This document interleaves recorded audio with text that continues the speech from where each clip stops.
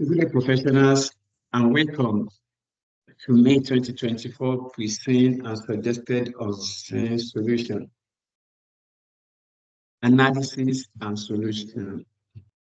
Yeah, for 2 weeks ago, ICAN has actually sent to us our present analysis, in which we are expected to keep ourselves abreast of the industry and the information that we have been given in the unseen. I'm Oyemika Sali Emperor. The present actually contains 4 exhibits as we are given. And when we are writing a case, we actually have some rules, some guidelines that's required to be followed when we are writing a case. It is a culture that a present analysis will be given to us, which is as it has been given.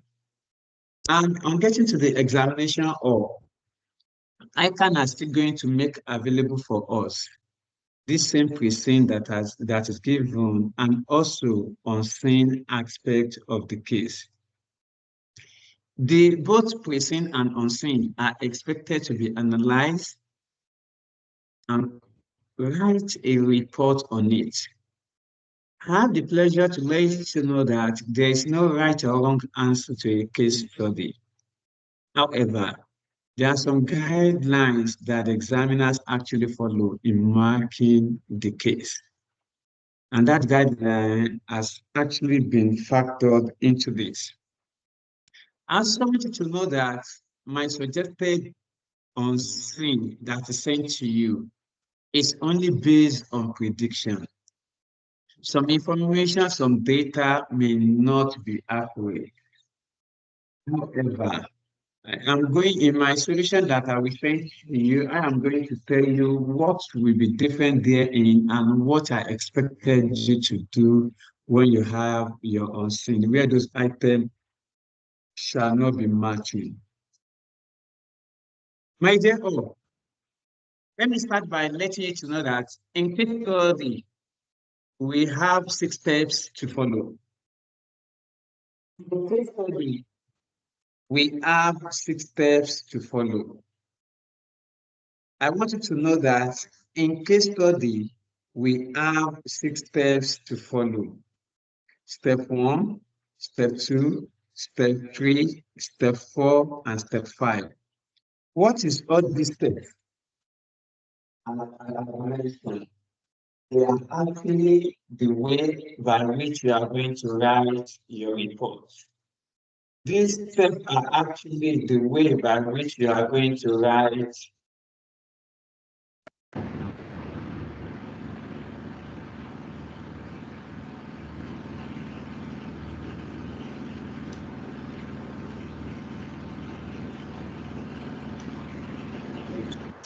step 1. Are we together? Please keep your mic muted. Off your video. Mute your mic, off your video. Thanks so much. So,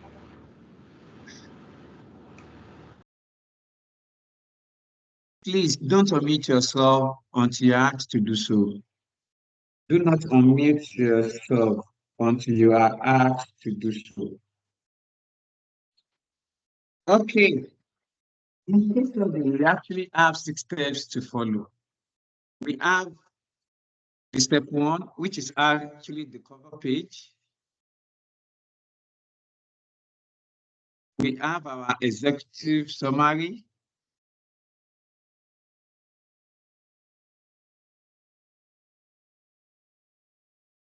We have the introduction. We have our requirement 1. We have requirement 2. And we have the appendixes. This is 1, 2, 3, 4, 5, and 6. This is a general introduction to what we shall be doing today and how case study is being structured. For every case study exam, you have 6 steps to take. Cover page, executive summary, introduction, requirement 1, requirement 2, and appendices. Also, these your steps also have a guideline. For cover page, you are using 1 page. Executive summary will take your page 2 to 3, no matter how big or long your handwriting might be. While the third aspect is actually your executive summary, your introduction will take 4 to 5. Your requirement 1, keep your mic muted.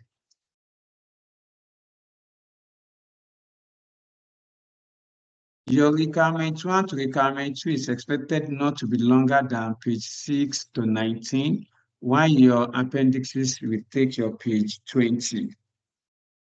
My dear all, that is the website to report writing.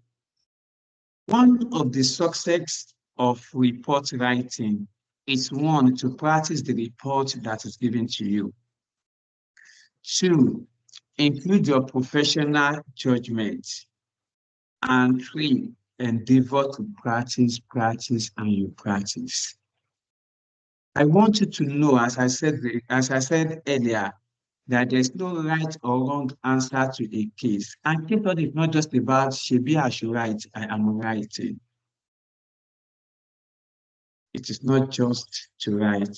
It is to write according to the guideline and write according to requirements. Note that every case study shall have 2 requirements, and the 2 requirements shall be under please draft for my review. Another thing that I want us to know is recognizing the types of reports that we have.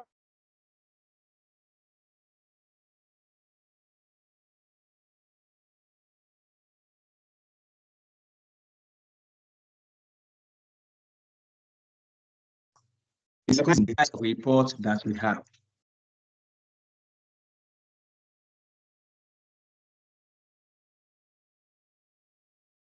Are we together? It's understanding the types of reports that we have.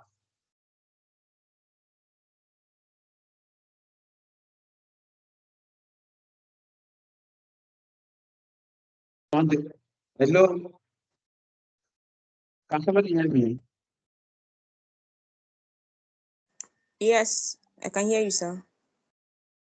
Okay, thank you so much, ma'am.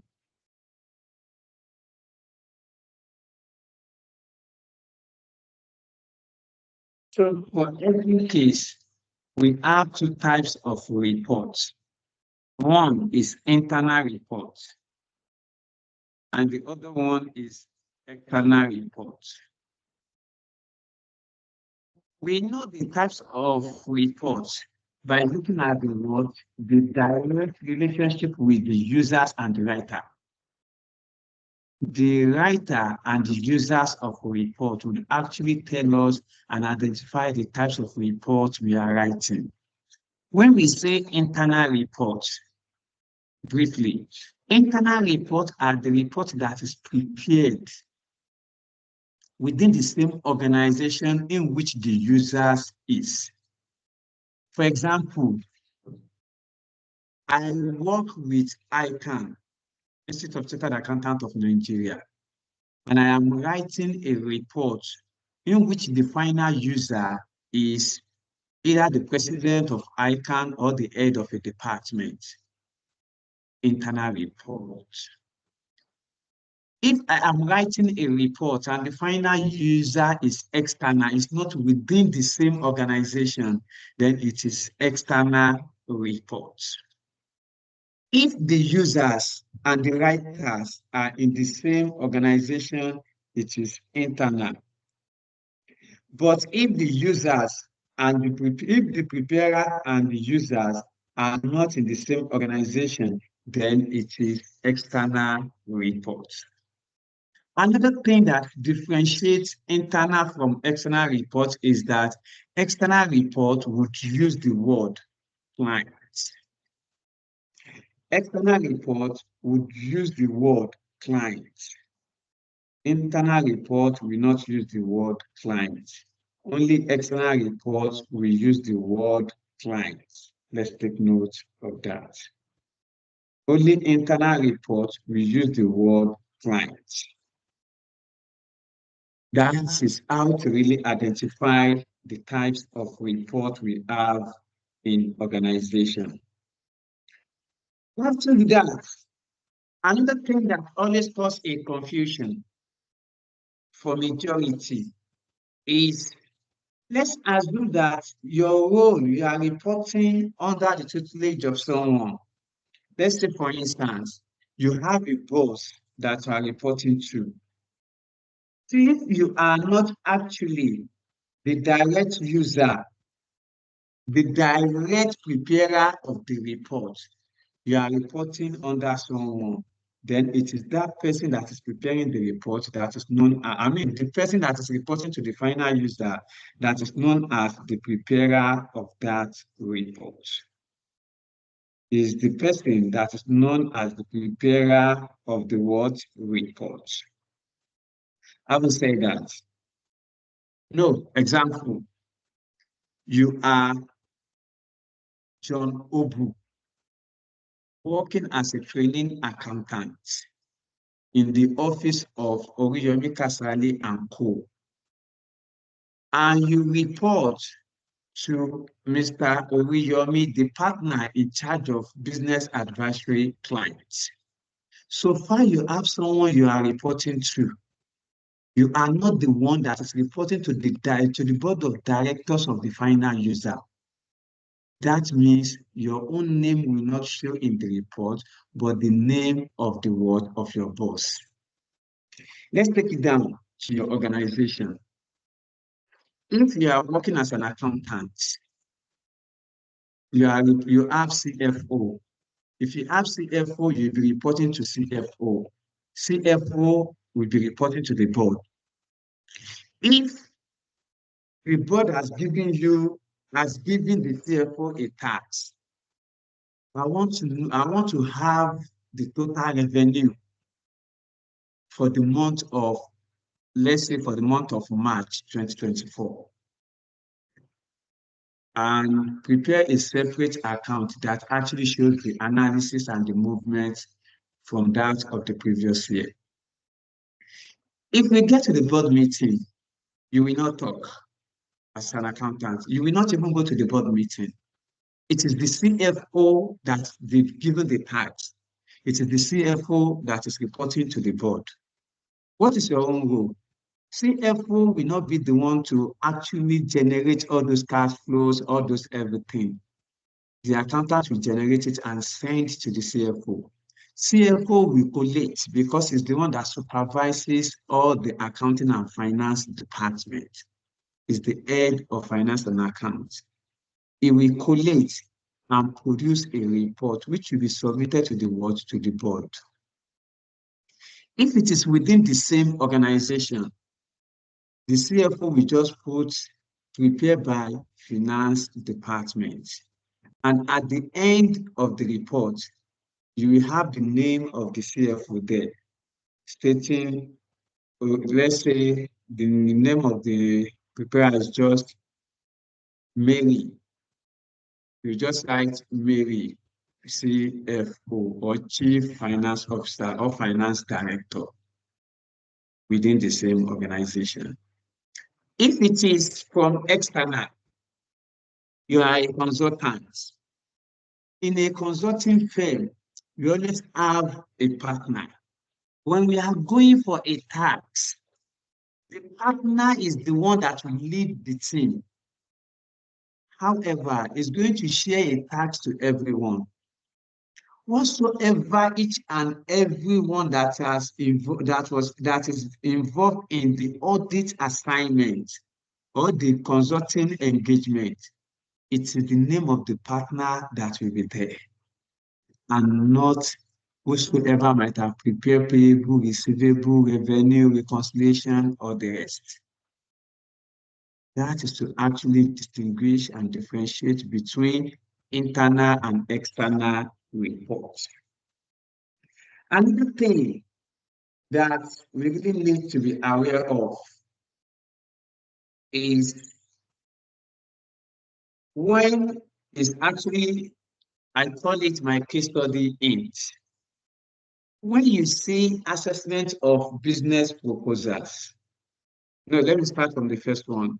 When you see the assessment of the financial performance, or they say analysis of the management account, or they say evaluation of the financial statement for a particular period, that simply means financial analysis. Note that on our appendices in a case, we have three appendices to a case. We have what is known as financial analysis. We have data analysis, and we also have a business analysis. How do we really differentiate between these analyses? When we say financial analysis will always have the assessment of the management account, or the assessment of the financial statements, or the evaluation of the management account, or they will use the performance of an organization. And in that, we'll be using trend analysis, ratio, or what is known as common size. Trend, ratio, and common size. Trend is the difference between the current performance and the previous performance. The difference between current figure and last figure, that's last year figure. This year, the revenue of this company is 50 million. And last year, the revenue of the company is 30. The difference that has occurred here in 50 minus 30, 20 is actually a trend. But the trend of 20 is in value. The percentage will now be 50 minus 30 divided by 30. That will now give us the percentage. Whenever we are analyzing our financial statement, we have to analyze both in value and in percentage. We call it both in absolute and in real terms. Ratio is the expression of our financials in terms of what? Ratios. And those ratios are classified into, you can classify it into 5, you can classify it into 4. It is expected that at least you know 3 ratios under profitability and 2 ratios from each areas. Profitability, liquidity, stability, efficiency, and investors ratio. Profitability, you can know gross profit margin, return on capital employed, operating profit margin is okay. And you can do return on assets, you can do return on equity. Liquidity, current ratio, cash ratio, you are fine. Stability, debt to equity, GNE, interest cover, anyone you could pick. Efficiency, payable days, receivable days, inventory days, that's fine. Investors, EPS, DPS, dividend cover, market price share, which is EPS cover, that is fine. These are the prerequisites that we are expected to know before we jump to our analysis. For data analysis, they will always talk about business proposals or a contract, or they mention projects. They can say projection, they can say opportunities. And here, whenever you see business proposals, you see forecast, you see projects, you see opportunities. That is your data analysis. You are now going to analyze your data. Either you will use what we call SFM tools, or you use our PM tools. SFM tools is net present value, payback period, IRR. The most common one is that. At times, instead of using these SFM tools, they can say you should use a simple calculation. Just do inflow minus outflow. If they didn't give you SFM tools, they will give you PM tools. What is PM tools? You'll be talking of CVP, contribution margin. At times, I've mentioned CVP or BEP. So they can say contribution margin. They can use any other one. For business analysis, the case will mention external business environment. Or they will just mention analysis of business environment. They will just mention analysis of business environment. So when you see analysis of business environment, then you are going to use what is known as your CSME tools. What are your CSME tools? That is your PESTE, your SWOT, your BCG, Diamond, and Co. That is your what? CSME tools. My dear all, having explained this, we are now very much okay to jump into our analysis. Do we have any question or I'm going to proceed?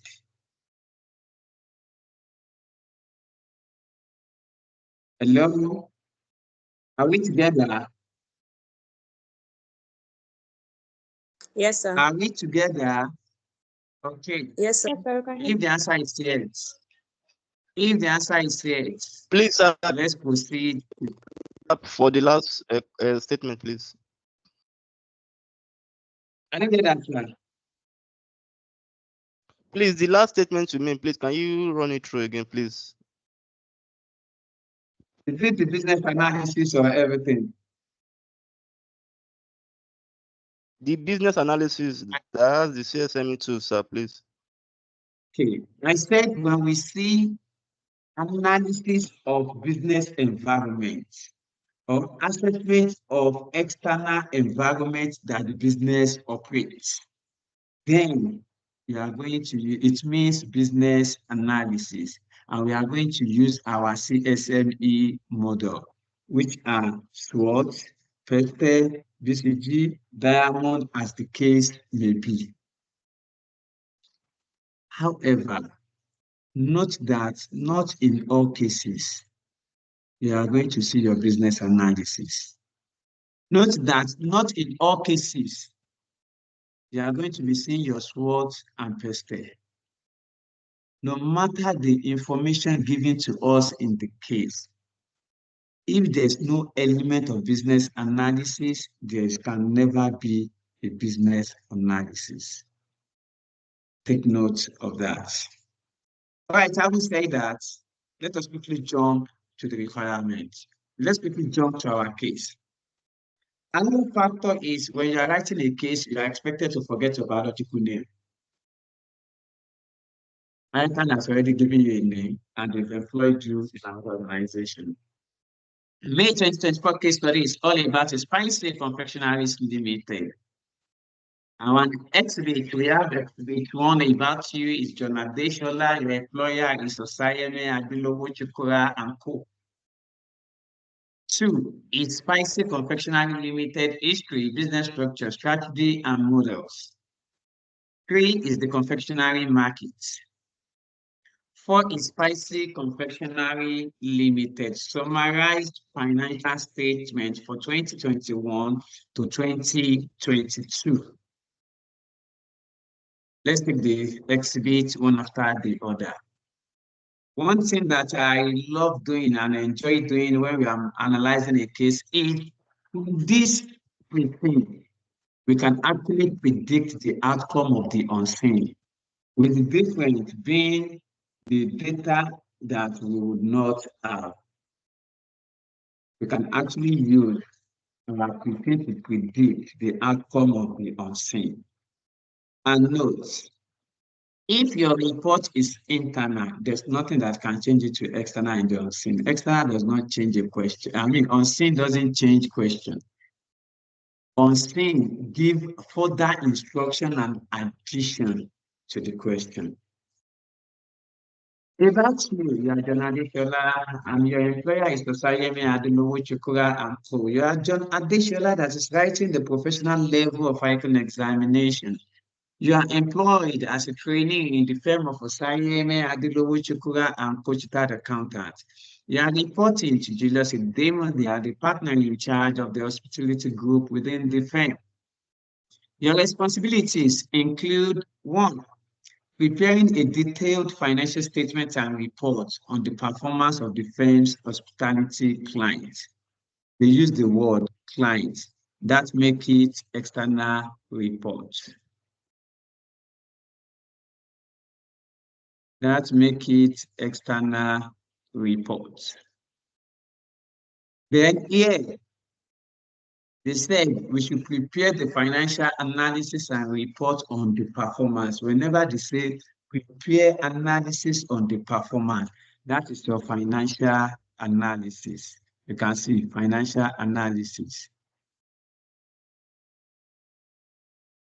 So for your financial analysis, you are going to do your trend, you are going to do your ratio, you are going to do your what? Common size. You are going to do your trend, you are going to do your ratio, you are going to do your what? Common size. So analyzing your client's financial statement to identify the areas of weaknesses and profiling likely solutions to correct the anomalies. Every financial statement would show the weakness of the organization in terms of its finance. And then we can use that weakness to advise on the likely solution to actually correct their weaknesses. What are the weaknesses in a financial statement? Some identified and common weaknesses in the financial statement actually include one, your liquidity problem, inventory issues, working capital mismanagement, cost control issue. These are the weakness in the financial statement. They said, analyze your client's financial statement. The financial statement you are analyzing, identify the areas of weakness. If you are working as an accountant and you produce a report and your boss look at the report and they tell you that there are some, I don't think the financials are prepared are really okay. Go and cross check it and come back to me or and resend it. That's to tell you that there are some weaknesses therein. So some of the weaknesses that are really common are the what? Inventory, receivable, and payable. Take note of that.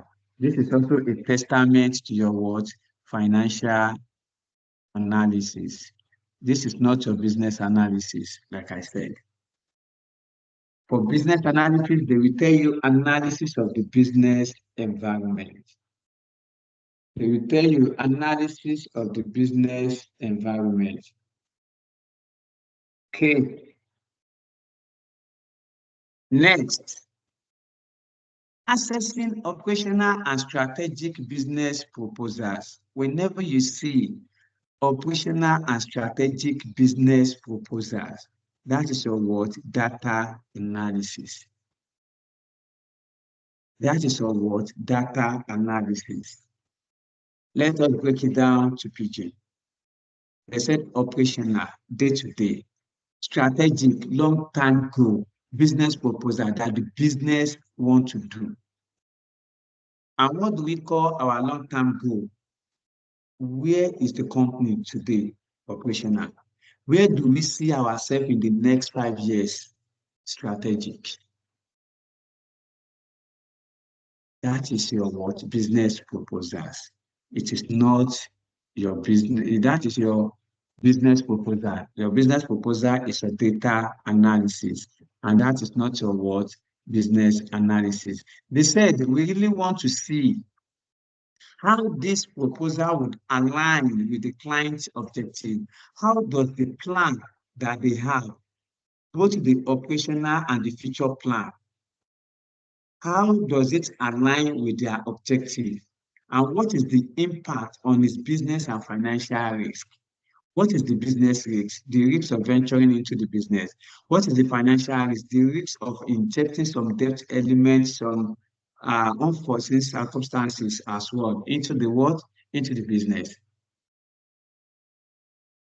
Business risks, that is the pure risks, your normal risks of going into a business. You might do a business, we fail. You might do a business, we don't succeed. You might do a business, everything crash. Business risk. Financial risks include market risks, inflation, credit, debt, like that. Reputational co. Those are your what? Financial risks. So what they mean there is actually your what? Your data analysis. What they mean there is your data analysis. Another one is assessing the client's financial and business forecast. Whenever you see a forecast is actually a budget. And if you also look at what I sent to you, you will see it there that in contrast, when you see a forecast, this is what it means. It is also an element of your what? Data analysis. It is also element of what? Data analysis. Take note of that. It is also element of data analysis. Together with the assumption upon which they are based to form judgment, conclusion, and recommendation, whatsoever analysis of your proposal, you'll be able to form a judgment, then conclusion, and what your recommendation. This is also a testament to your what? Data analysis. The fifth one says that advising your clients on their strategic tax planning strategies for optimal tax liability. Here, they really want to know, they really want to have our tax planning strategy. When we say a tax planning strategy, just let us write tax planning. When we say tax planning strategy, these are the strategy, but these are the options and ways, method that the company can adopt in reducing the amount that is paying for tax. This includes your what? Your tax credits. Tax credit note, we use it to reduce our tax. Carry forward losses and carry back losses. We use it to reduce the current year tax liability. And some other incentives, which are capital allowance and the rest, and some tax relief, which the company can actually tap on to reduce the enormous amount they are paying for tax. So here, they really want to have your knowledge on the word tax planning. Next, drafting report for your boss. Do you see how they put it? You are not the one writing the report. Drafting the report for your boss based on your operational and strategic business analysis you have carried out. It means you have a boss. You are not the one reporting the report directly to the final users. That means your name will not even appear in the report, but the name of your what? Your boss. Your responsibility demands that you keep yourself abreast with the development in the accounting and taxation space.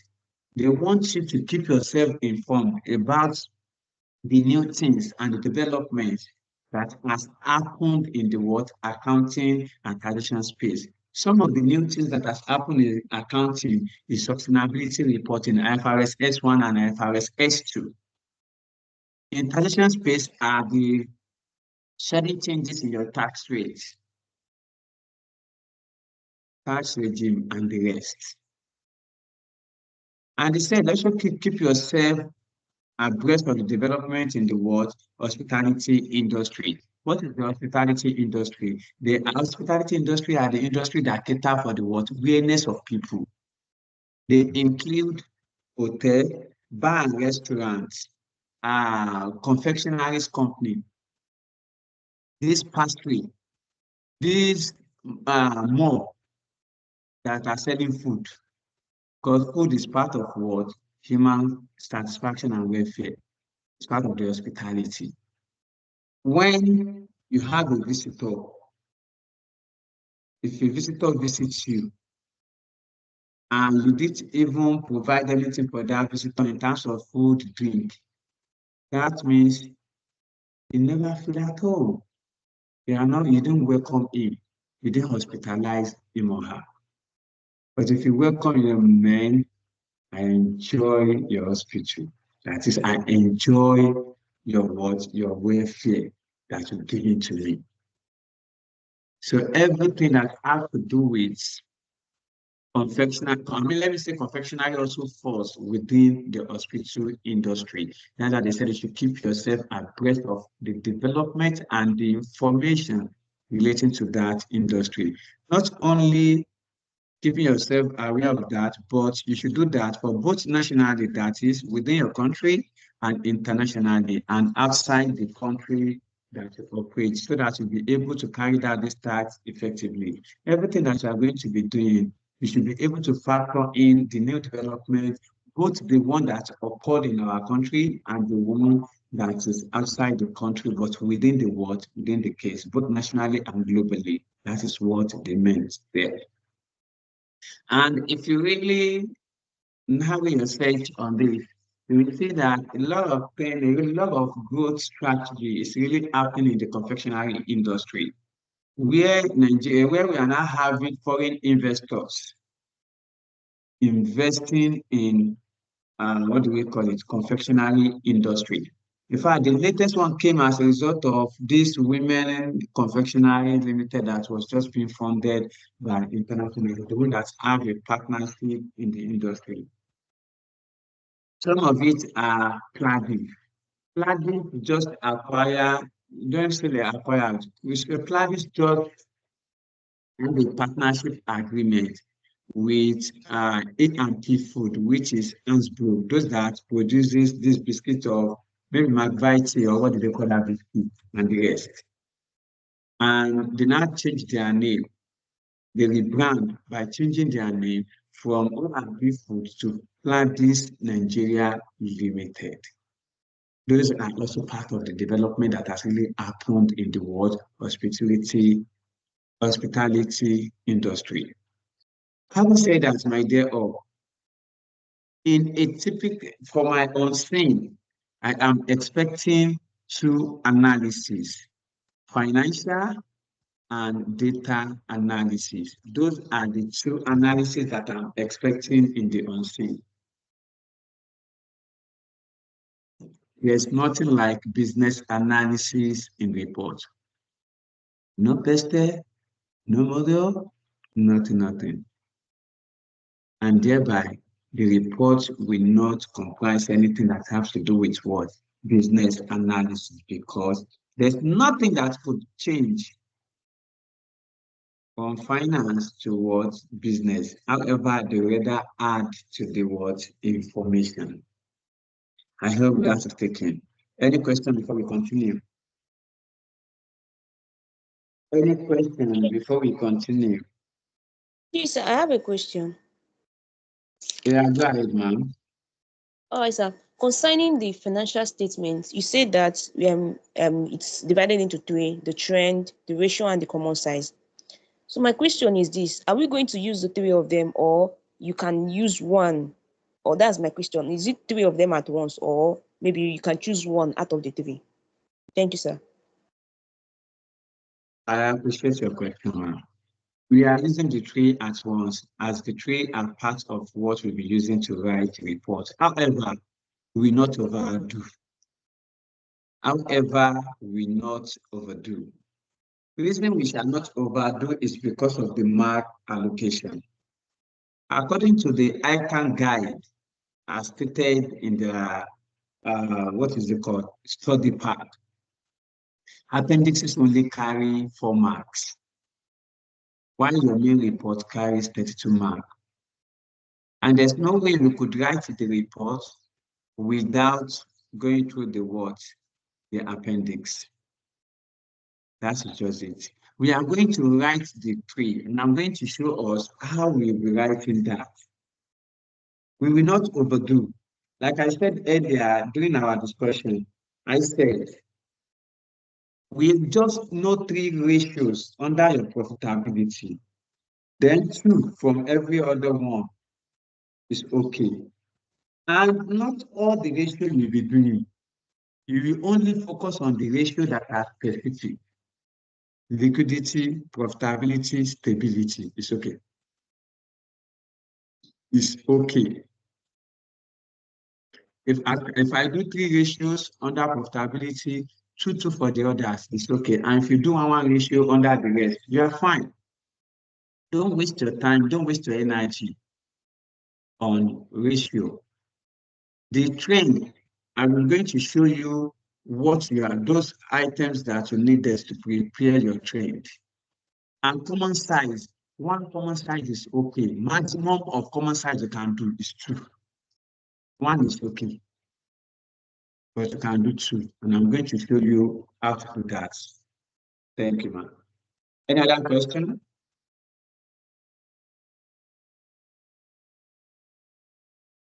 Right. Hello, sir.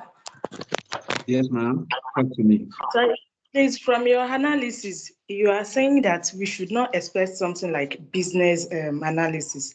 But I was thinking It will from not be the there. exhibit, yeah? It won't be From there the at all. exhibit. Hello, can you hear me? Yes, I can. Right, ma'am. Okay. I said I was thinking from the exhibits that we have. Can't we deduce that we can perform business analysis because of the exhibit 2 that is talking about the market? Business model, the market, and the rest. Yes. If we have Thank you so additional much for that. information on this, yeah. Can you not lead All us to those, business analysis? thank you so much for that. All those analyses that we have are to aid us in preparation of our reports. One of the major pitfalls is not really addressing the report to the examiner's requirements. Examiner has said this is really what they want. If they didn't ask us for business analysis, why should we do so? For that question, permit me, everybody, let's quickly check something out. I was expecting that actually. Why did I come here? Okay, it's already here. Since it's here, examiner's comments.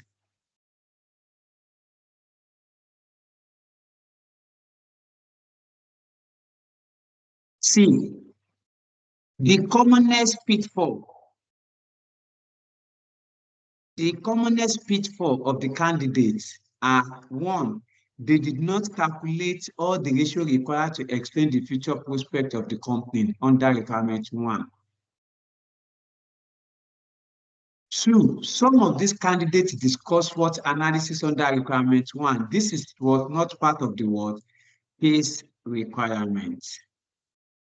That is actually what we are here to do and the need for the analysis. Where the examiner does not ask for SWOT, you don't do SWOT. Where they do not ask for BCG, you don't do it. Where they do not ask for PESTE, you don't do it. All the information that has been given is actually November 2019. Let's take another one.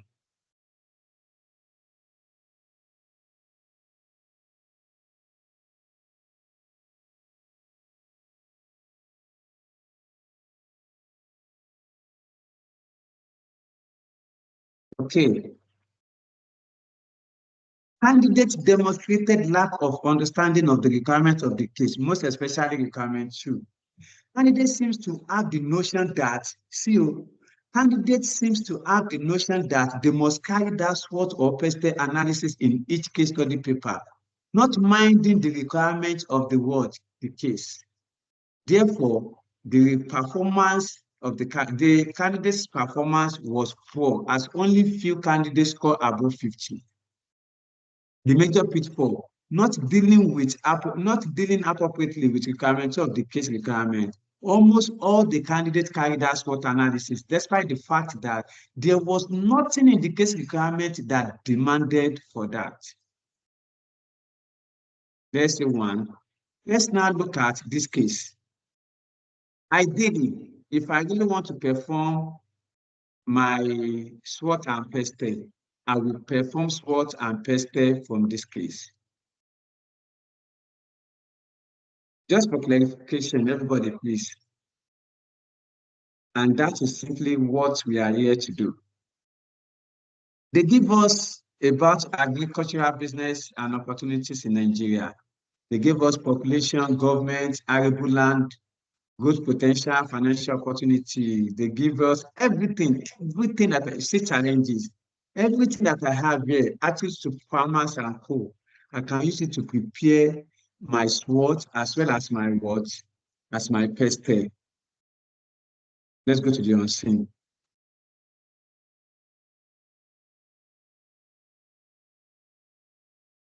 So, in a nutshell, not in all cases you will have that. And from this case, there's nothing of such for business analysis. That is why I gave us that hint of what we really need to know for us to know that this is what you are to do.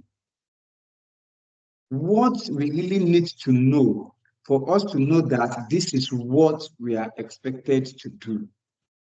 Whenever you see assessment of the business proposals or contract data, but business analysis, they will tell you business analysis. Let's take a look at a case that have a business analysis so as not to make a mistake and to actually clarify that. Where is May? They texted it in May 2018.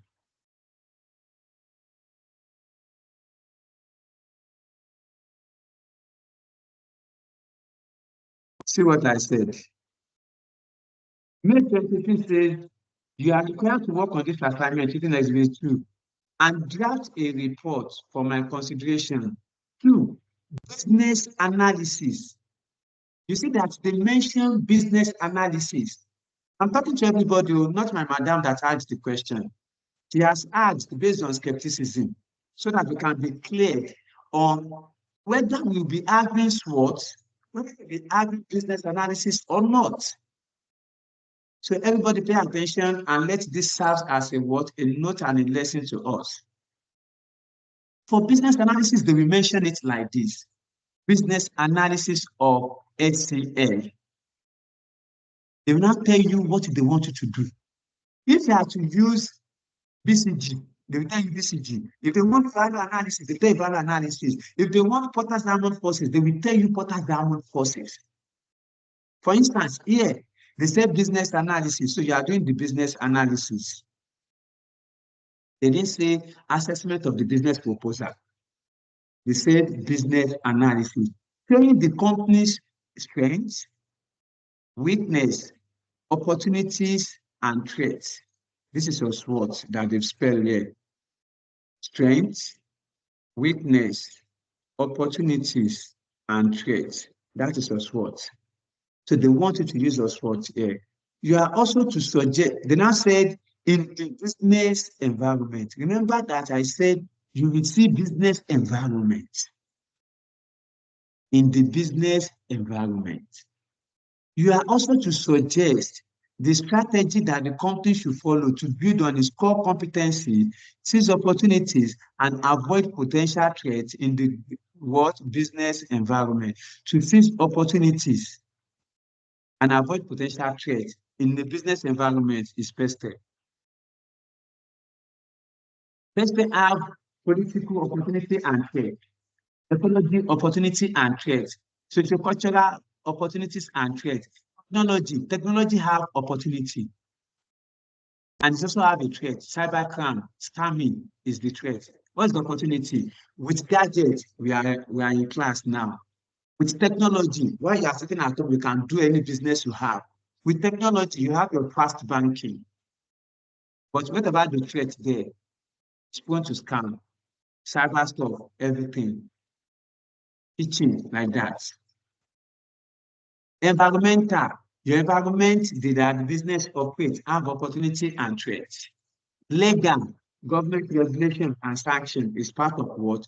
We have opportunity. There will be some rules that will favor us. Some will be what? Against us. So this is how business analysis look like. Another one to complete that before we move on is, let's look at 2017, should be November, Jaga. So it should be May 2017, not November. May 2017 is Jaga PLC. This is it, Jaga Technology. See how they bring this to. See, analysis of JJT value chain. Using the words, you see that they give you the model that they have. It's that they want, rather. You see that they give you the model, or they will tell you the business analysis. So, my dear all, that is really how to identify, and that is how to identify your business and your data analysis, and also how to differentiate between them. I hope that is taken. Any other question before we move on? Yes, thank you, sir. I appreciate you.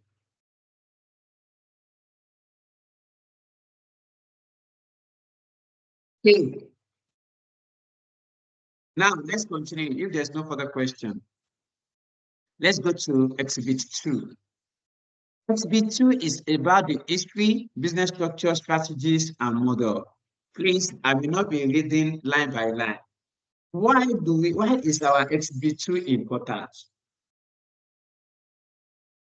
Exhibit 2 is important to the point that from there, we can actually use and form our background information about the company.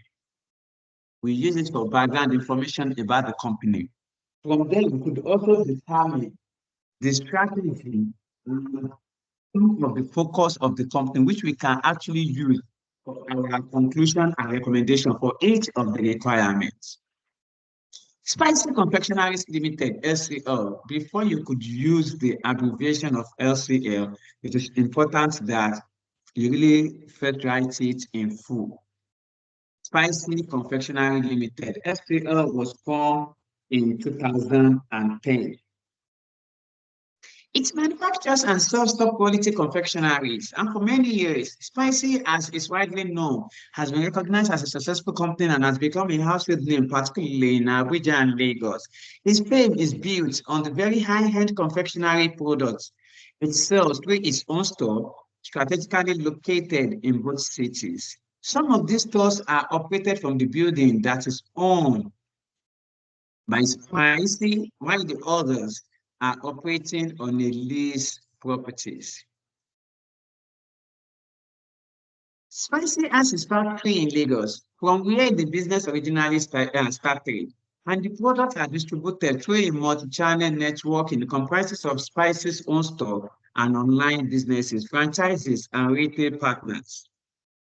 In addition, Spicy has now started to supply confectionaries to large retail stores and supermarkets on a contract basis. These stores sell Spicy's products and also own brand label confectionery that Spicy manufactures for them. Spicy product range include a wide variety of milk, white, and plain chocolate products. Previously, Spicy's main source has been chocolate products, but now the company has now expanded into producing other forms of confectionery, which does not contain chocolate in any form. For example, cake and other sweet candies. And Spicy customers continue to have a strong regard for the quality of its products. Spicy customer actually vary from individual to corporate clients, which purchase Spice's product to present to their own clients as a corporate gift. Although individual customers buy from Spicy stores, franchise, or online, corporate clients purchase goods from Spicy on a what? Contract basis. On a contract basis. Now, they now give us the business structure. They say that Spicy has two divisions, customer sales and distribution, which is CSD, and the second one is manufacturing and supply, which is denoted as MS. They say CSD sells and distributes Spicy product through own store, franchises, and what online. That is three departments under CSD. Let's put it like that. Why MS sells through its own store, sells internally to CSD and externally to corporate clients and retail outlets. Take note of that. However, both divisions are operated as investment center with a limited capital investments, with a limited capital investment authority for expenditure up to for expenditure up to 10 million naira per annum.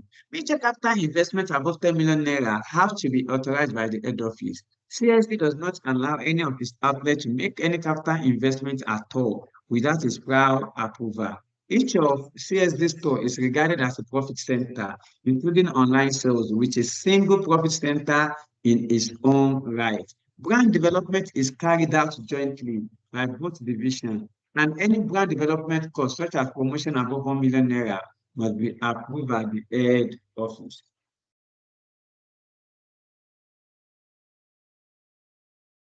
Spicy currently has 30 of its own store and 20 franchises. It has also developed its own website, and this has become very popular and has enabled Spice's business to grow. In addition, as e-business has become a more popular, especially from the time of COVID,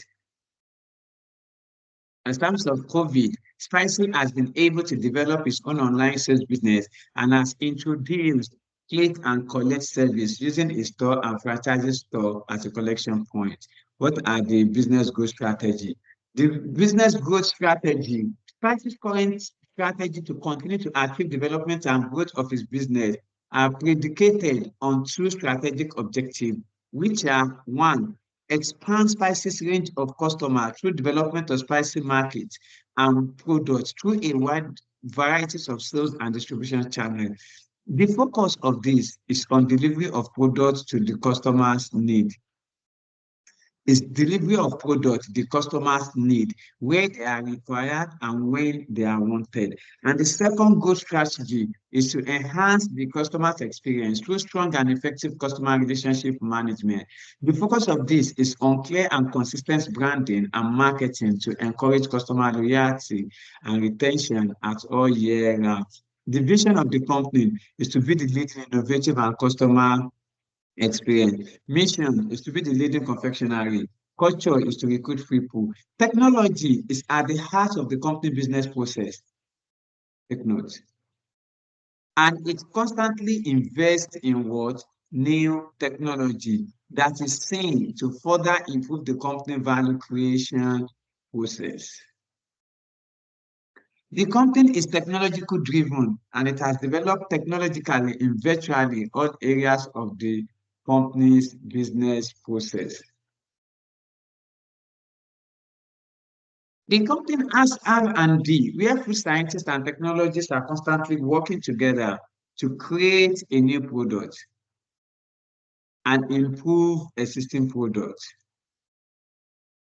Create a new product and improve existing products and their processes. Scientific discovery are constantly being evaluated in the company's lab with the sole aim of converting such discovery into commercially viable products.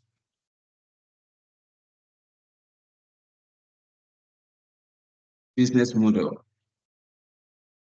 Spicy recognizes its critical success factor, and the company therefore incorporates responsibility and sustainability into all aspects of its business management, making a long-term investment that are aimed at building value over time. Then they give us the sustainability and reporting, and they also give us, that's all. Exhibit 3, confectionery market, which is the market that SCL operates. They said confectionery refers to the food items. See what make it hospital. See what make it an items under, or what can I call it? Industry in the hospital industry. Okay, confectionery refers to food item with a relatively high sugar and carbonated content. Confectionaries has a variety of flavoring, coloring, and other components that give them that distinct texture and appearance. The global confectionery market has been put at 210.3 billion in 2019 and is projected to increase to 270.5 billion in 2027, which represents a compounded annual growth. Which represents a compounded annual growth, which represents a annual growth rate of 3.6. Chocolate segment had the highest confectionery market share in 2019. According to the confectionery market analysis, the market is segmented on the basis of product type, age group, price point, and distribution channel.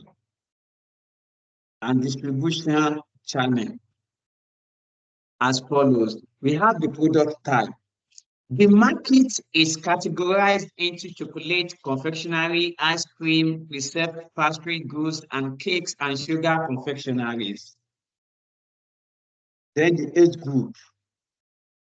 The market is classified into children, adults, and what geriatric, while the price point is the market is distributed into the economy, mid-range, and luxuries. Distribution channel. The market is divided into the supermarkets and hypermarket convenience store, pharmaceutical and drug stores, food services, duty-free outlets, e-commerce, etc. On the basis of the product type, the company category was dominantly segment in 2019 with 35.2 market share. Consumers of all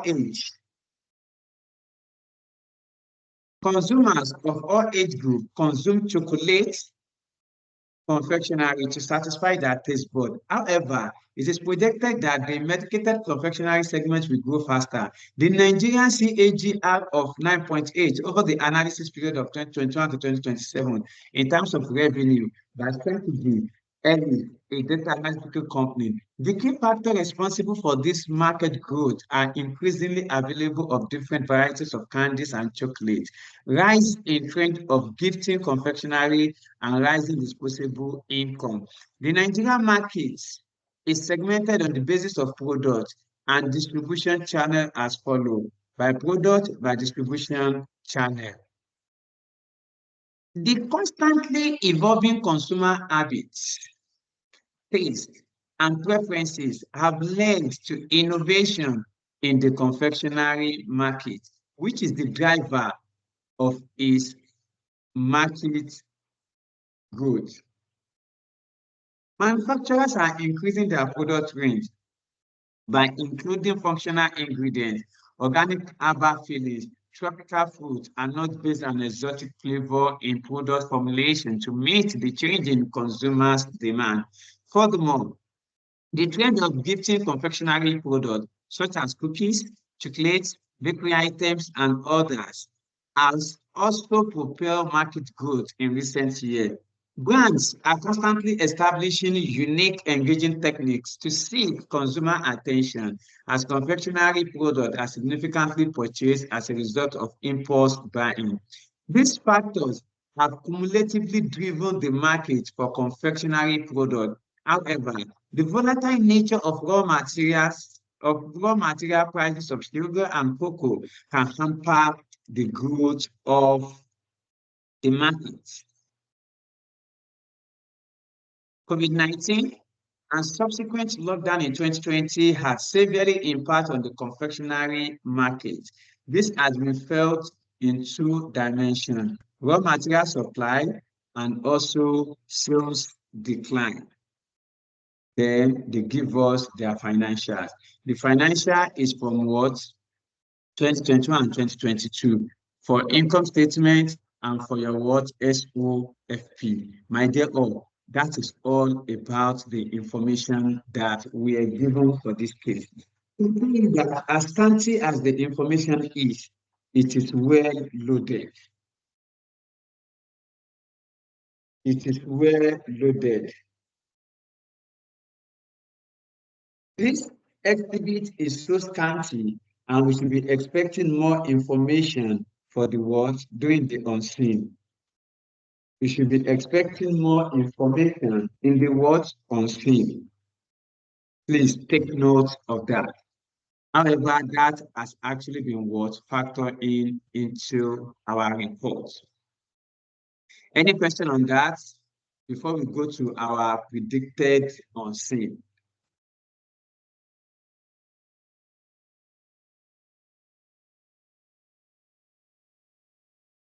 Okay, if there's no question, shall we continue? Are we together?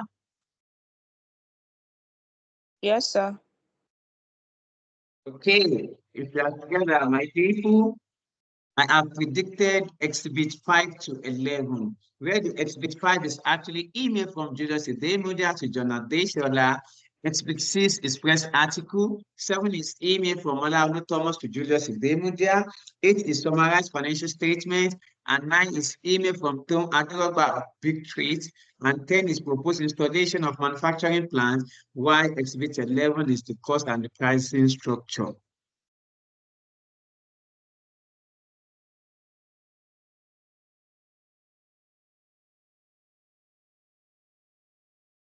Now, Exhibit 5, email from Julius Idemudia to John Adeshola.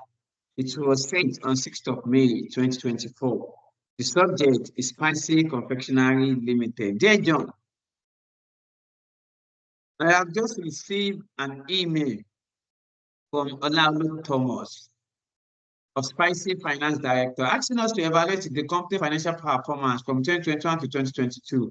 The company will also want us to evaluate 2 business proposals and report on our findings. Also, Olaolu will want us to advise on strategic tax planning to optimize their tax liability and comment on their business and ethical trust.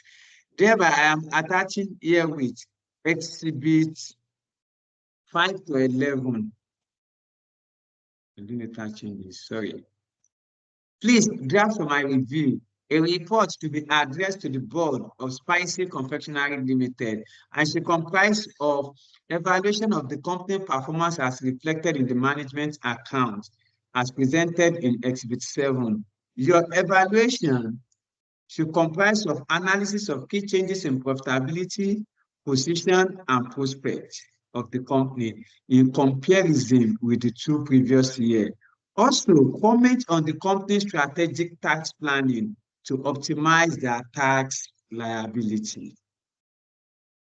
2, a critical evaluation and assessment of the 2 business proposals as contained in Exhibit 9 and 10. You are also to calculate the projected addition to contribution from Big Treat contract and show if SCL proposed manufacturing plant installation is viable. Also discuss any commercial, broader, and ethical consideration, as well as risks that may be associated with the project. Whenever you hear broader commercial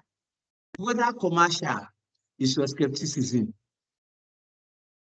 Broader commercial is your skepticism. Ethical consideration is your ethical issue. So broader commercial and ethical is your skepticism and ethics, as well as the risks associated with the project is evaluative skill. Risks associated with a project is evaluative. That is, evaluate the proposal, whether it will be viable or not. Is it close to execution? Is it possible we could execute it or not? That is the risk that is associated with a project. When I say a risk that is associated to a job, it means before you take the job, have you considered the job security? Have you considered the sustainability? Have you considered if it will pay you or not? Do you check your transport? Do you check how much they will be giving you? Do you even know the workload? My dear, it's better you think well. Oh. That is the risk that is associated with work. So a risk that is associated with a project is your evaluative skills. Take note of that. So what evaluative skills with this business proposal?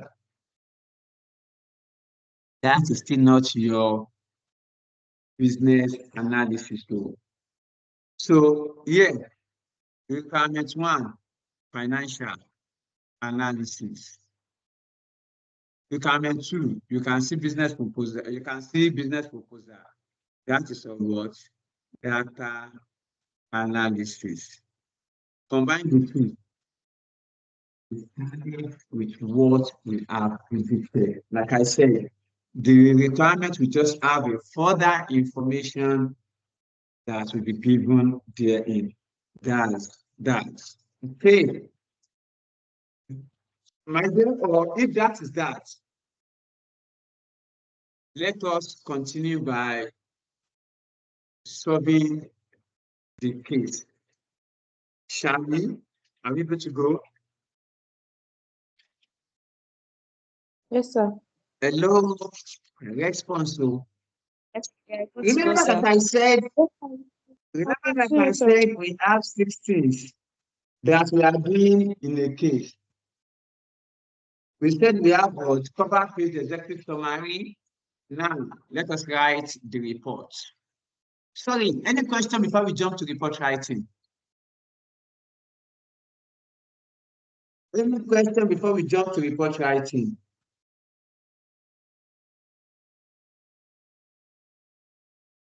Okay, if there's none. If there is none, let's proceed. The first one that I have here is how I usually show my report. And this is actually a disclaimer that this is based on pristine analysis. However, I have factored in some unseen. The first page, I showed us how we really need to number our pages.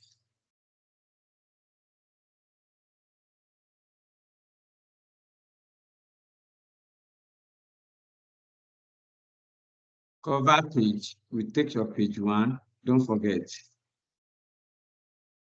So your cover page, you start with what? Name of the company. That is the consultancy. It's Osayeme Adilowo Chukura and Co. in capital letter. Under it, at the middle, you will write chartered accountant. See what is given.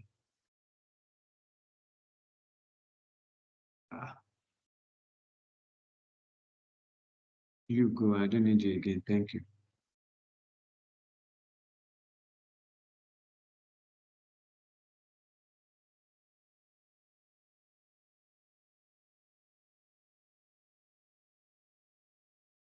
Osayeme Adilowo Chukura and Co. Chartered accountant. So you will just have Osayeme Adilowo and Co. Then under it, try to form a midpoint. Just try to form something like a midpoint. Please don't design. We don't design. You are just trying to create a letterhead. You are not designing. Just write Osayeme Adilowo Chukura and Co. like this. Then under its chartered accountant, leave one line space. One line space. Okay, if I use one arrow, know that it is one line space. So as to save time, use one line space. Leave one line space. You write your report in capital letter. Leave another one line space. You write the users to the board of director, Spicy Confectionery Limited.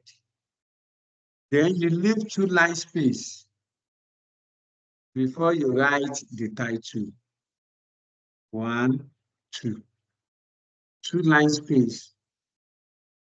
Then you write the title. This title sentence case. However, the title has really been in capital letter.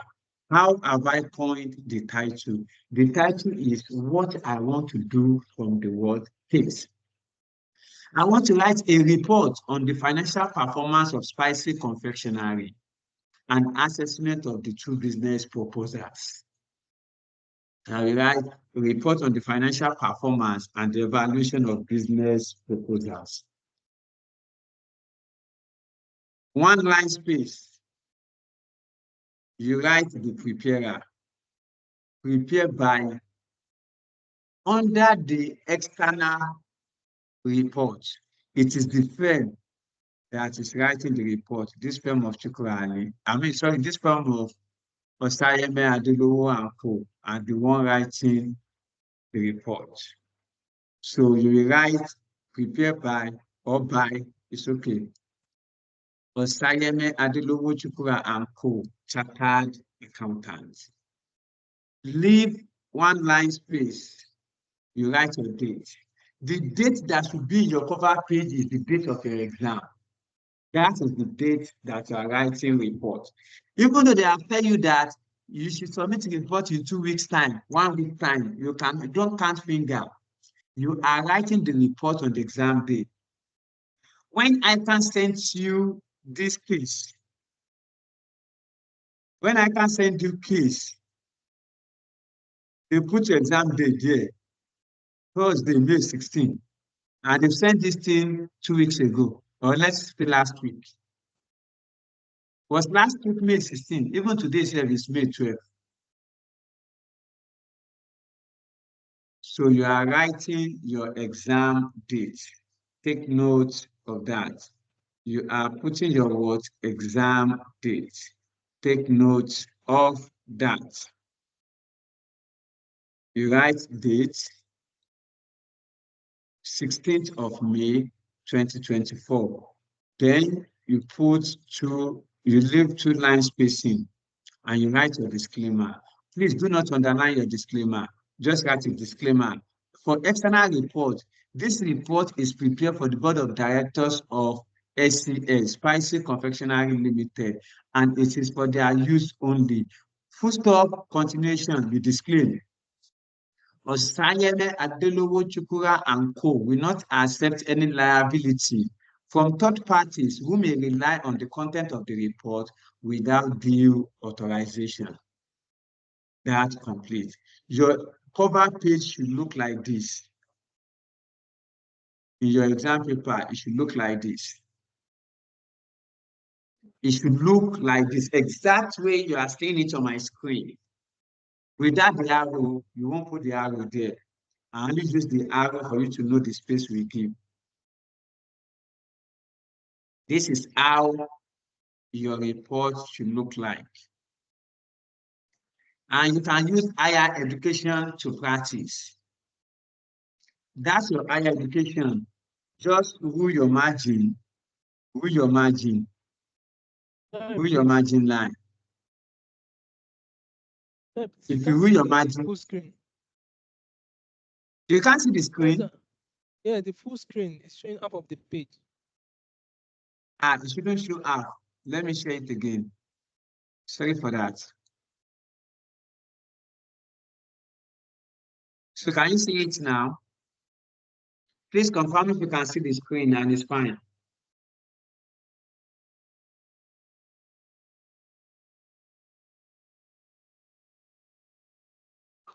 I can see it. Yes. Thank you. You are welcome. Okay. Since we can see it now, let us now Now, this is how it should be. So use your higher education notes to practice. This is how it should appear. Use your hand to draw your line margin because your booklet that they will give you will have margin. When you now get to the examination hall, in case you have big handwriting, if you see that 2-line spacing cannot work, change it to 1-line space. Yeah, instead you should leave 2 lines, you can actually leave 1 line. Because everything must enter your page 1 and it should not enter. You see, let's say this is my own bottom margin. This is my own bottom margin. So it should not enter here. It should not enter where I write employer might. It should not enter there. It should be within your words, within your margin. And another thing that I forgot to tell you is you have to page number your paper. Starting from the cover page. That's why I write the numbers of pages here. Is it this? Yeah.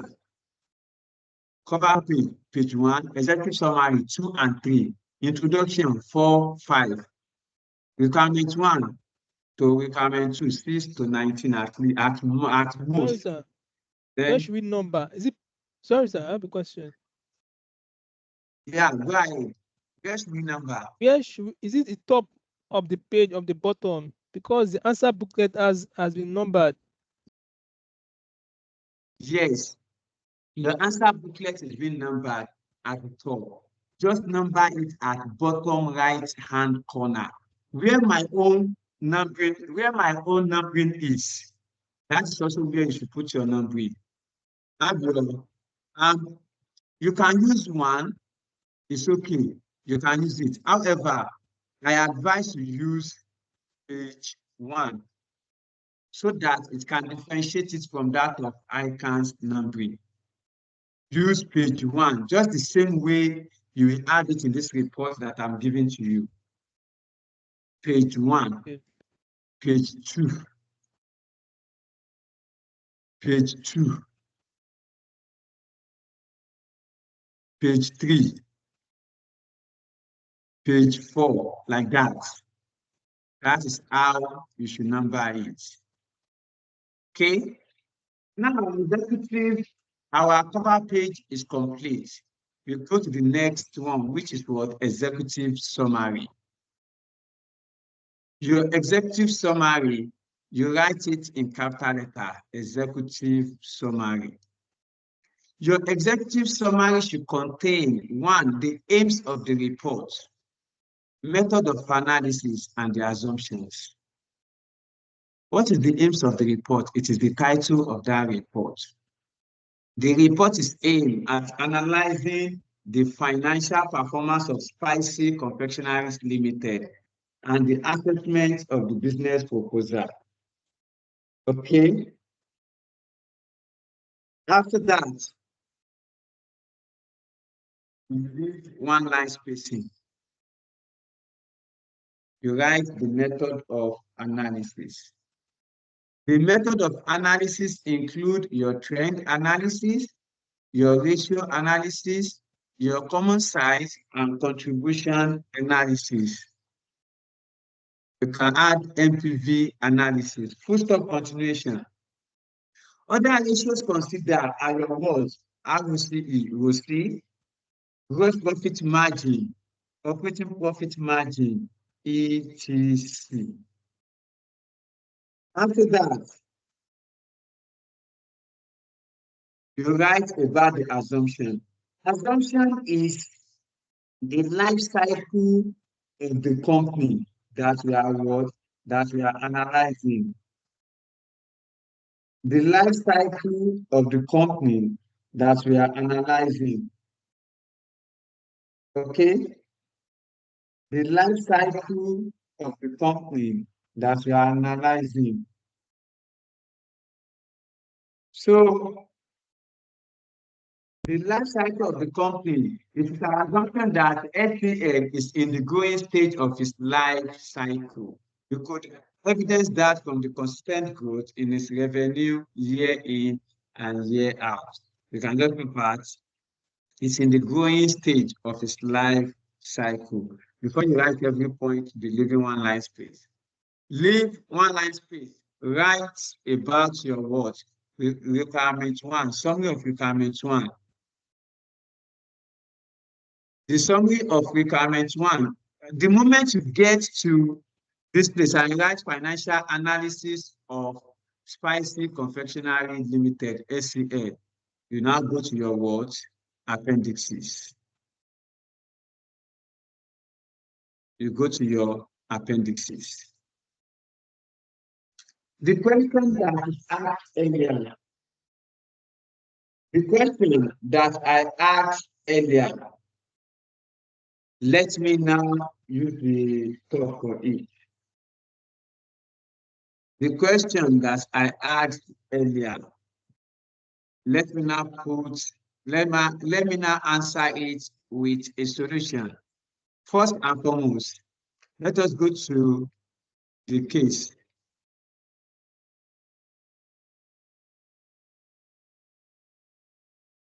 To do your trends, my dear all, to do your trends, you are going to have your revenue. This is trend of SOCI. SOCI is your income statement. For your income statement, you will start from your what? From your revenue and profit before tax. Start from your revenue and stop at profit before tax. Start from your revenue and stop at profit before tax. So, and you have to start from the what? From the least year, that is, from the year that is small. You start from the what? Least year. For goodness sake, they have already put this, financials have been arranged from the least year. 2021 first before 2022. 2021 first before 2022. That's, I keep my revenue just the same way I have it. Revenue, gross profit, cost of sales, gross profit, marketing, admin. Then because I've been needing my operating profit, I create a space for my operating profit before I do my finance expense, profit before tax. And because I've been needing my profit after tax, I make my own up to what? Profit after tax. So that is how I have what I have here. The year 2021, 2022, 2021, 2022. Revenue 1635 and 1794. 1635 and 1794. Cost of sales, you will put the item the way they are. Don't change any figure. This is minus 901.0. This is minus 939.2. And when you are pressing your calculator, you will press minus 901.0. Then you will also press minus 939. Let's say you are doing the two. You first of all do minus 939.2 minus 901.0. You see that it's giving. You must press the calculator the way you have your figure. Don't remove the negative and don't add to it. Don't remove the negative and don't add to it. My dear, our trend is what I've done here. After you have picked your item to profit before tax, like I said, I use profit after tax. This is profit for the year. Leave one line space. You see that I leave a space. Then go to your current asset. You are not to write everything in your SOLP. Without you even showing those items. You can make a decision on them. Just pick your current asset item, not necessarily you write current assets. I didn't write current assets. I only leave a line space. Then I write out the items of current assets, which are inventory, trade receivable, prepayment, cash, and cash. That's what I've written. Leave another one line space. Write your current liability items. This is it. Current liability. I have bank overdraft. I don't need my current tax. I take short-term loan and I pick my trade and other payables. That is okay. Not all the items that are critical to my decision. So I click bank overdraft, short-term, and trade. Why? These are my working capital items. These are my working capital items. Take note of that. That is what I do. Okay? Then pick, let's say that we have already picked our figure. To do your trend changes in value, I put the formula here. The change in value, new minus old. In 2021, I mean in 2022, 2022 is new, 2021 will be what? Old. So you will do new 1794.6 minus old 1635.0. Then percentage change. You will add your new minus old divided by what? Old, that times 100/1. This is new minus old. Then divided by old 2021 times 100/1. It gives me 9.8.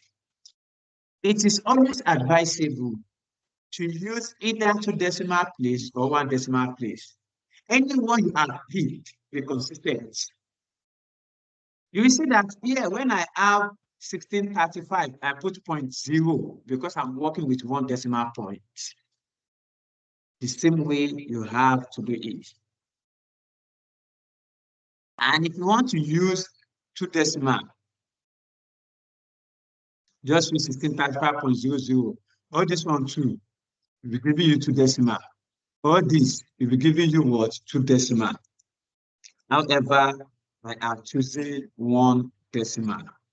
This is how I have performed all my calculation that I have here. This is a trend of my financial statements. I did not put 2023 figure because it is prediction. That one can change. If they give you 2023,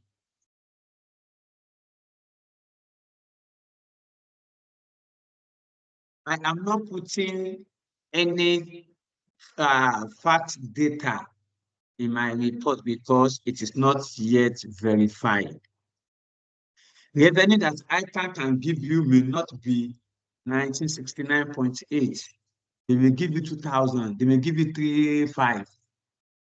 So if I should put my forecast, you may think that is what they give and you will start doing it. Because I'm not advising you cram the report. Just practice it and master it. If you can cram, so be it. Cram it. Just ensure that you know how to add the other information that you needed. My 2023 is this. For instance, you've given me all this data that I've already pull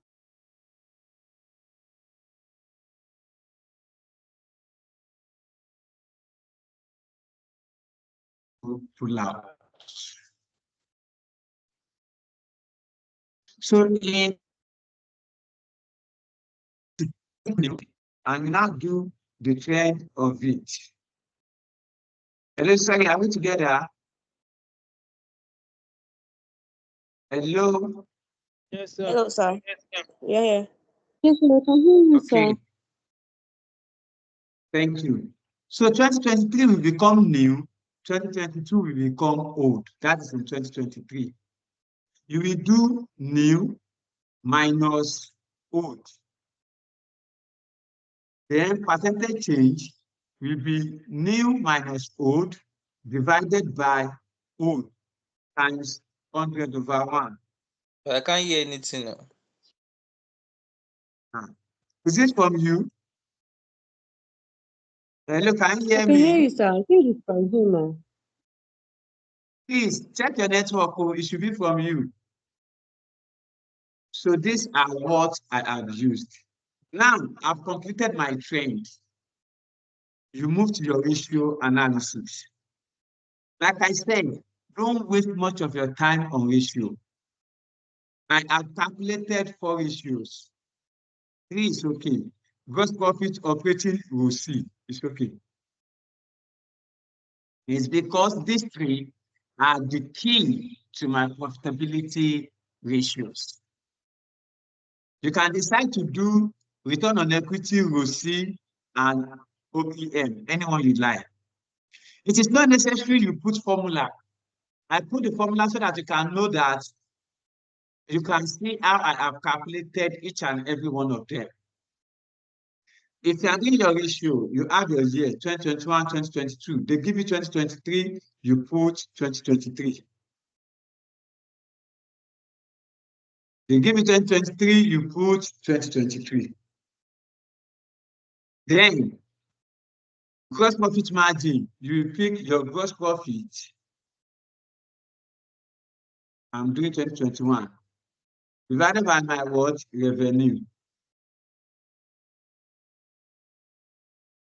If you see that the number below is higher than the number on top, just multiply it by 100%. Just multiply by what? 100%. For example, here I have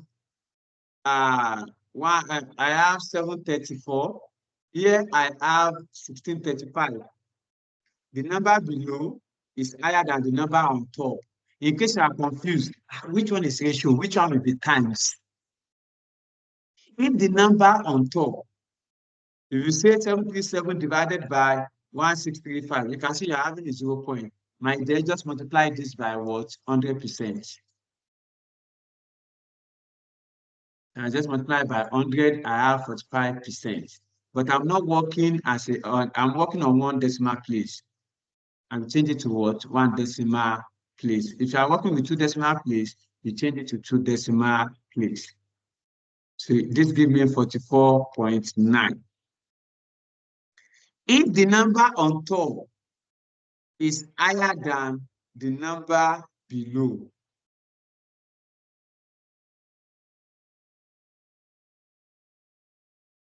note that that one is going to times. But you should know for your days. Don't times your day by 100. This is this. You can say I'm having 9.303, but I'm working in what? 1 decimal place. This one means that it is in times. My interest cover will be in times. Your current ratio will be in ratio 1. Just let us try to master all this. So, my dear, like I said, 3 ratios here, 2 ratios under liquidity. If you can calculate 1 ratio, it's fine. But I've calculated 2. Efficiency, these 3 are the ones that are germane. Inventory, payable, receivable. If you calculate 1, so be it. But you can't do without not talking on these 3. Because in that 3, there's liquidity problem. In that 3, there's inventory problem. In that 3, there's receivable problem. In that 3, there's payable problem. In that 3, there's working capital problem. You have derived 5 points, 5, what do they call it? 5 clear points that you can use from that 3. So that's why that is important. Efficiency, stability. You can decide to calculate 1, but I've calculated 2. I love my debt to equity and interest cover. And if you like, you can do your GME and debt cover, anyone you like. And you can just do one, just pick one. If you know that you do not have that time, just pick one. And it is that one that we use. Okay? It is that one that we use. The next one, that is ratio. We now talk on common size. Common size is the expression of our expenses over the revenue. Key measures the percentage of our expenses on our revenue. How much is expenses taken out of our revenue? That's called your common size analysis. Yeah, we said we have generated, for instance, 100 million naira. But at the end of the day, the profit we are having is just 20 million. What happened? Go and check your common size. Go and look at which of the expenses is really taking the larger portion of your revenue. That's what we call common size. And it's as simple as expressing your expenses over the revenue. What are your expenses? You will go to your income statement. What are the expenses that you have under your gross profit? Here I have my marketing and distribution. I have my admin. I have my finance. Maximum of 2 you should do. Maximum of 2 you should do. My dear, 1 is okay. You can do marketing and distribution. You can do admin. Whether you do it or not, you will still have to conclude that the company should reduce their costs and they should control their overhead expense. Because from here, we can see that expenses is growing from 901 to 939. This is about 29 million naira. So overhead is increasing. Expenses is growing from 216 to 254, from 75 to 81. I can tell you that marketing and distribution is growing is higher than admin. Without even talking, they should control this. But you just have to show the common size. That's why I said 1 is okay. Without even showing it, you can talk on them. I hope that is taken. So that is how you shouldn't spend more than 20 minutes in your appendices. So please try as much as possible to practice it. After you have done that, imagine I have completed my appendices for requirement 1, then you now go to your reports. First, you will come and write this after you've concluded your main report. Okay, but since I'm presenting this, what do I have? I have my financial statement analysis. The revenue of spicy confectionery, this is it. The revenue, I'm picking my revenue, I'm picking gross profit. Under executive summary, you will do 2 findings, 4 conclusion, 4 recommendation for requirement 1. For requirement 2, 2 findings, 4 conclusion, 4 recommendation. You will now do limitation of the report. Now, this is it. My key items here is revenue, gross profit, operating profit, profit for the year. Probably for is also part of it, but I'm taking net profit. What happened to my revenue? The revenue of ICAN increased by about 9.8%, equivalent to 159.6 million from year 2021 to 2022. If they have given me my 2023 and I've calculated it, I will say I'll further increase by about 9.8 million naira, equivalent to 175.2 million. I mean, I'll further increase by about 9.8%, equivalent or amounting to 175.2 million from 2022 to 2023. See Appendix 1. I pick my gross profit. Let's add gross profit has increased by what? or SEL gross profit reported 16.5%, equivalent to 121.4 from 2021 to 2022, and further increased by 15.8%, equivalent to 135.4 from 2022 to 2023. See Appendix 1. However, in my report, I did not put 2023 because that fact is yet to be known. So if they give you a report, just help me add 2023 to it. You will have this my report. I cannot add this figure because it is predicted. It is not actual, that is forecast. I can give you actual, just put it there. Then conclude.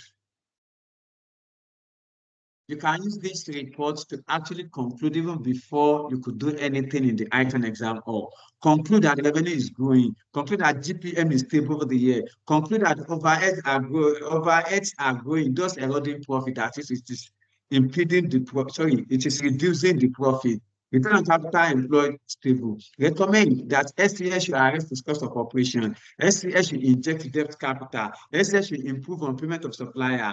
And SCS should ensure reduction in our marketing and distribution expense. Then leave one line space. In all this, before I write conclusion, I leave one line space. Before I write recommendation, I leave one line space. And please, on your point, be making some bullet points. See the way I make it painted. Don't paint your book.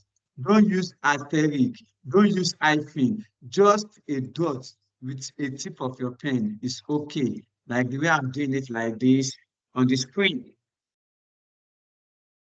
Having done that, go to the assessment of the what? Business proposal. They tell us the business proposal from the requirements. I mean, from the case.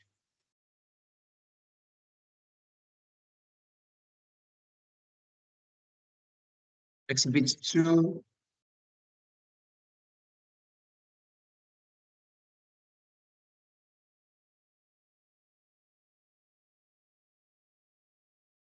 They said SCN will expand its customer base through development of market. SCN will enhance its customer experience. That's more than enough.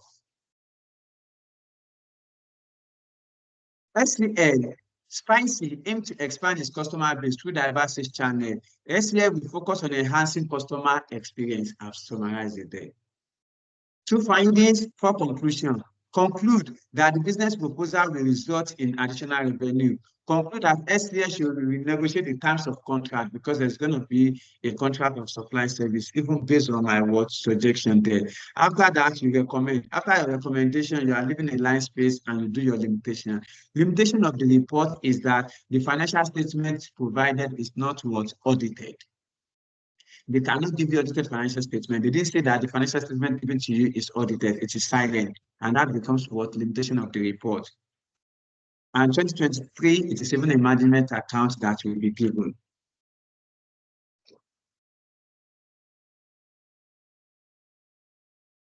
Take note of that.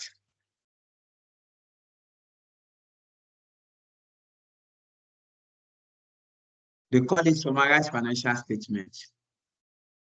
So for 2023, they may call it management account. They can still call it financial statement. So far, they tell you that it is audited. That becomes part of your skepticism. It is not audited.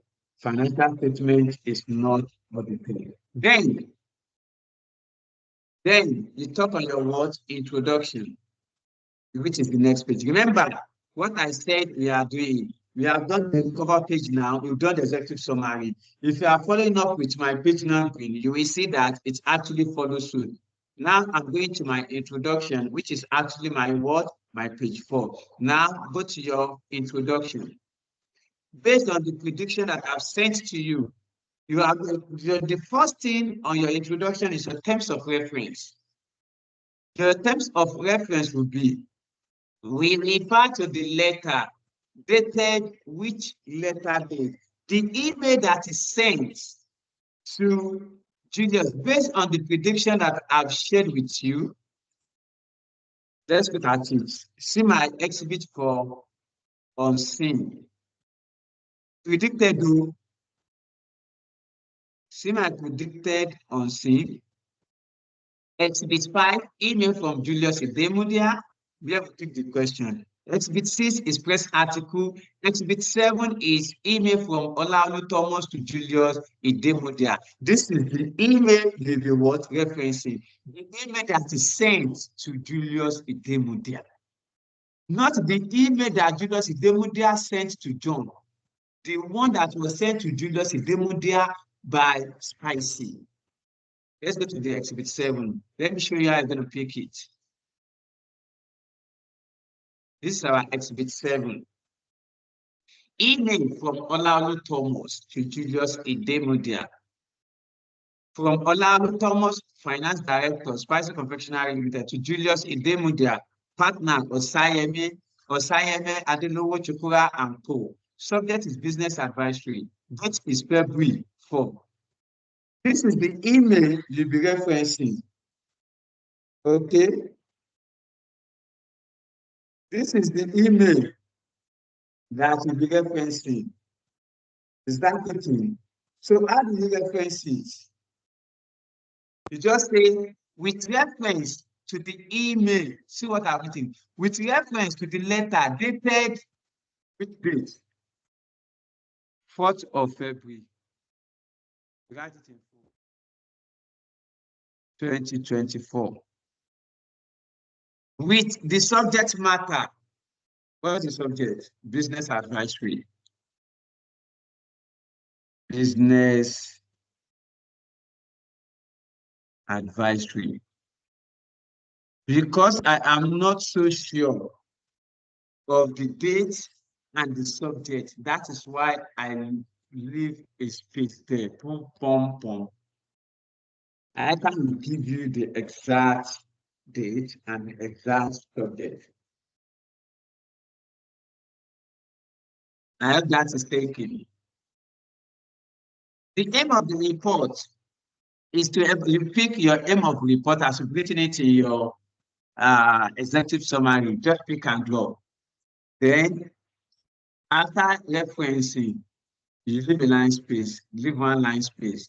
When you go to the method of analysis, includes trend, just as we've written in there. Ratio, common size, NPV, contribution, other issues are this. All calculation can be found in the appendix. Leave one line space. Then you do your report outline. Here too, your bulletin should be just tip of your pen. Your report outline is cover page, executive summary, introduction, then requirement 1 or section 1, financial analysis of Spicy Confectionery Limited. Findings and discussion, conclusion and recommendation. Section 2, assessment of Spicy Confectionery Limited business proposal. Finding and discussion, conclusion and recommendation, and your what? Appendices. And your what? Appendices. And your what? Appendices. So that is that. Please don't do cover page. You now do and put page 1. It's very wrong. Don't do that.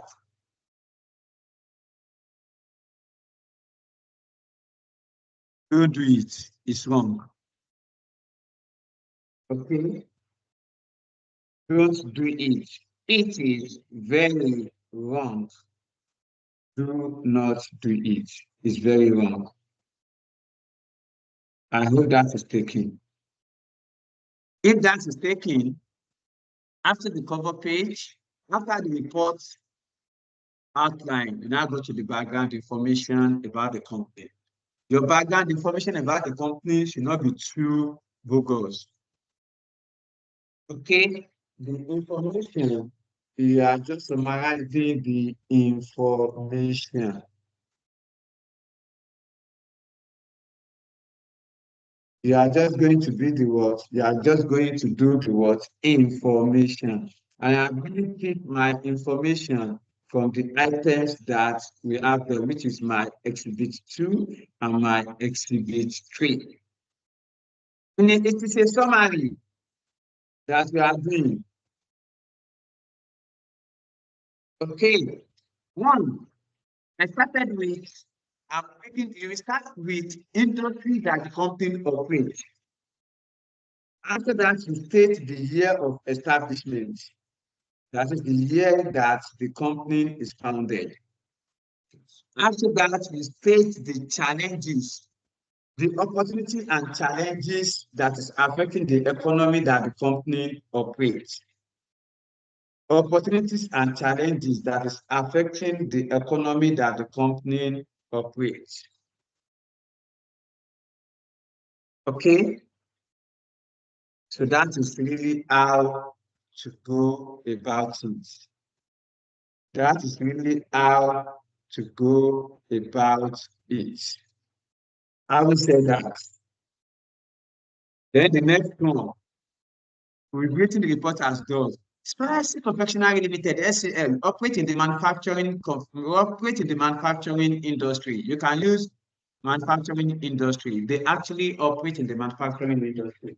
However, if you cannot use manufacturing industry, just use confectionery industry, and was established in 2010. I pick up this information directly. SCN operates both through its own branded store and through online channel, and has diversified its products. I read that earlier. Beyond chocolate to include variety of non-chocolate, such like cake and sweets, catering for both individual customer and corporate clients.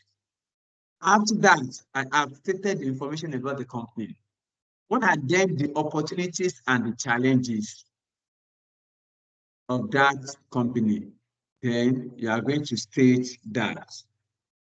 To state it, they gave us the market, confectionery market. They said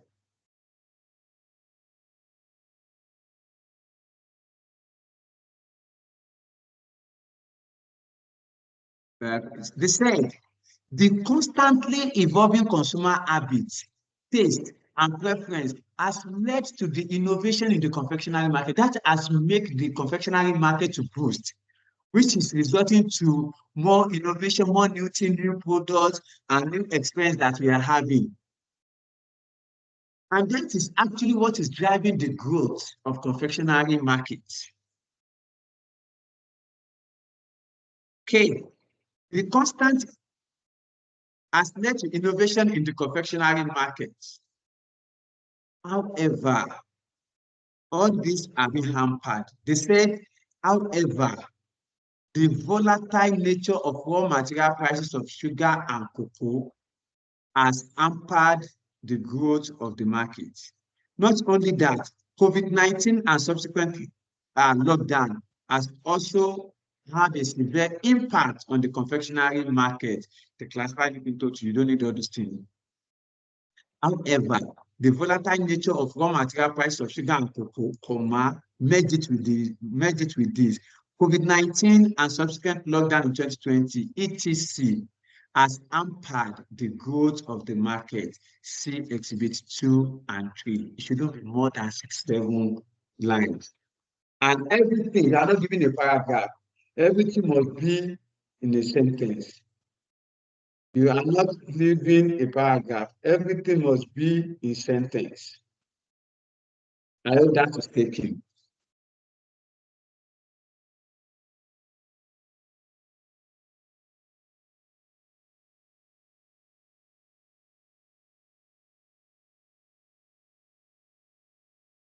Then leave a space, scope and limitation. This report is limited to the appendices, and the limitation includes hello, after that. Are we together? Yes, sir. Yes, sir. So you got your scope and limitation. The scope of this report is limited to the analysis in the appendices, and limitation are all the limitations you have picked: unaudited, incomplete monthly forecast, you pick it. After that, you now go to your page 6, where you now start your main requirement. Remember that you've done your appendices. So just pick your revenue. Talk on the growth of the revenue. And at the end of the day, you have to reference the appendix. Here I stop at 2022. I told you because I do not have data for 2023. But let's assume that I want to do for 2023. This is what I'm going to say.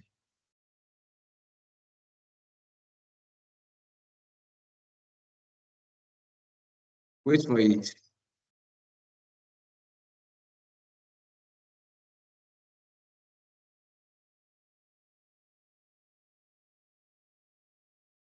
So let us assume that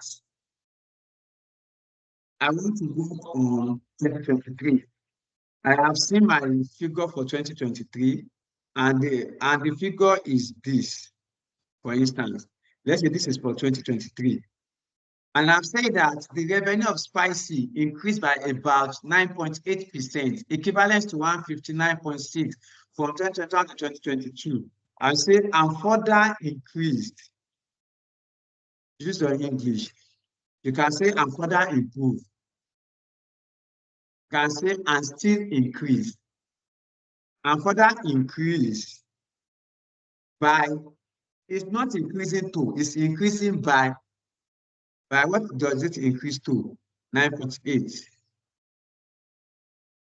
Let's assume, let me quickly say this before I move on so that I won't forget. Let's assume that this one is 5.4. For instance, let's say this is 5.4. You know that from 2021 to 2022 is 9.8. 2023 now gives you 5.4. Your trend is not moving from 9.8 to 9.4. No. The increment is on this. From 1635 to 1794, that is a growth. From 1794 to 1969, that is a growth. That is why I didn't say it increased from 9.8 to 5.4.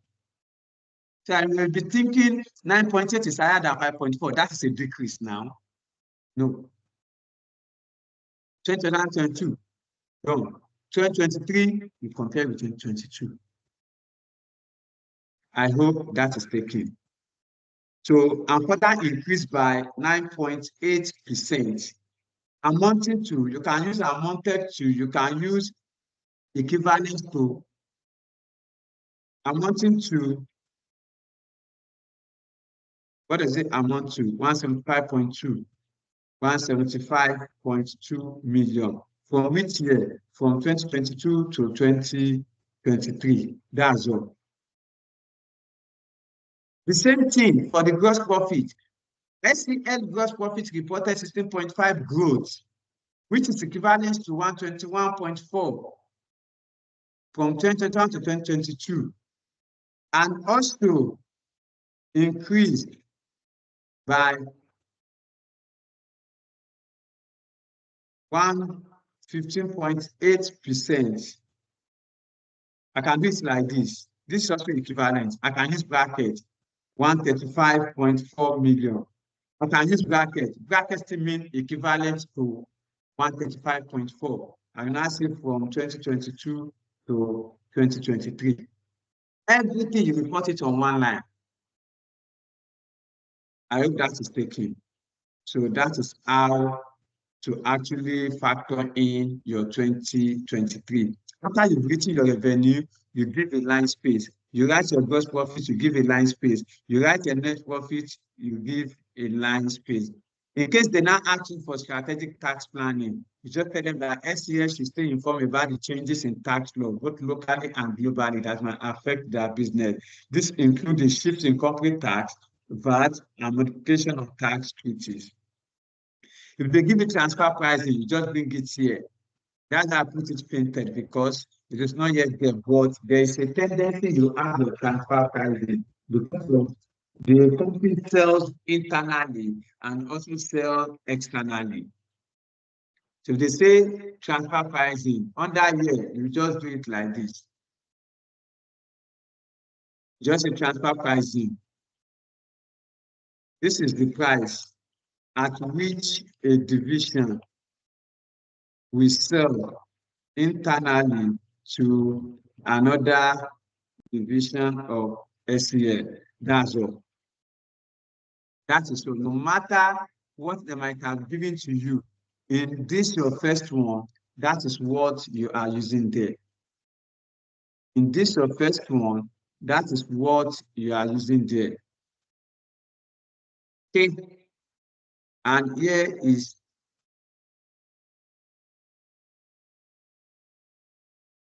tax planning strategy.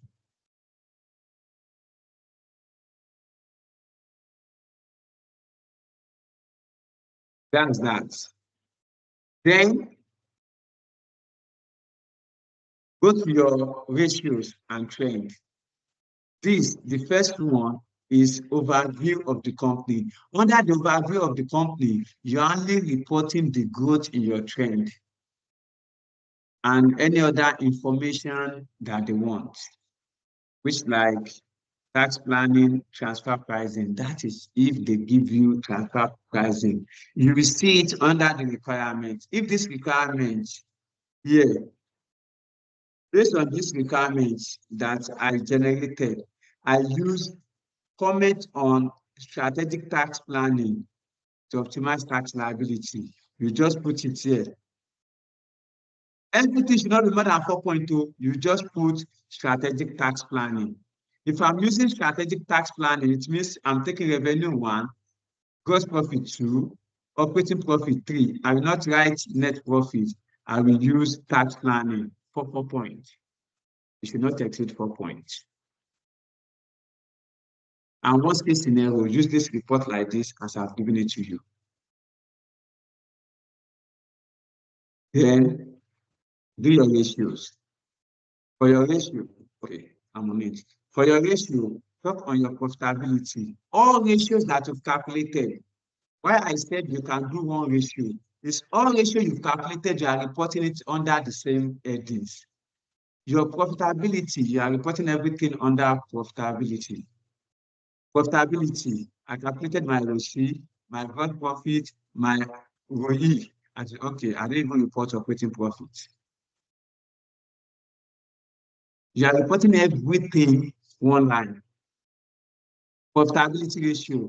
SEL-ROCE shows, this is it. SEL-ROCE shows, when did I say what I use?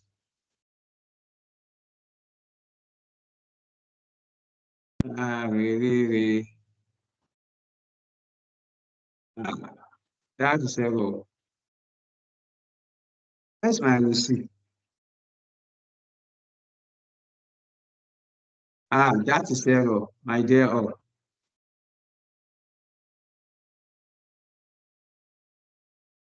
SEL-ROCE. SEL-ROCE recorded a rate of what? A rate of 59%, 59.0%, 64.3% is true that I have, and 64.3%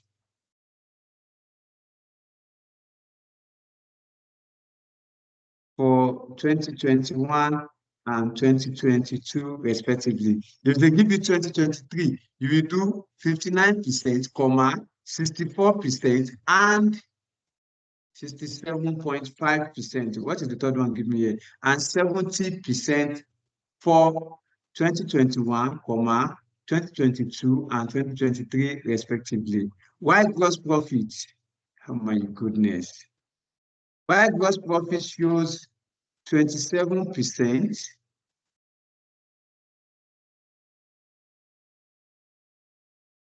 Why gross profit shows 27% and 28.9% for 2021 to 2022 respectively. That is okay. Then state. How did I now put ROE? ROE is 75 to 70. Maybe when I do one undo, that is what spoiled everything.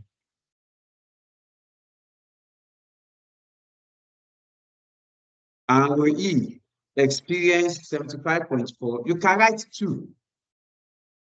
Let me even cancel the ROE so that we know that 2 is very much okay for you to do. You can do 2. Under your liquidity, SCN recorded a current ratio of liquidity. Current ratio is 0.9 and 1. Yeah, that's correct. You can do, what I'm saying is, you can do 1 under liquidity. You can remove, you can decide to do current ratio. This is how you are going to report it. Everything will be under 1 heading. Then you do your efficiency, 4 points, 1, 2, 3, and common size 4, the common size that you've calculated. If they give you divisional performance, you can use divisional performance here as a 4 point, leave common size. That is how to do this. Remember, I didn't put figure for my 2023, so try as much as possible to put for 2023. Then go to your analysis. What you've done in 1, what happens to revenue that is growing? Is it good or it is bad?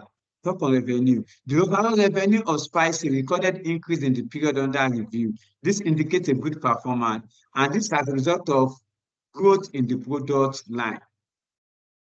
Talk on gross profit margin is also growing. Talk on ROCE. ROCE is also growing.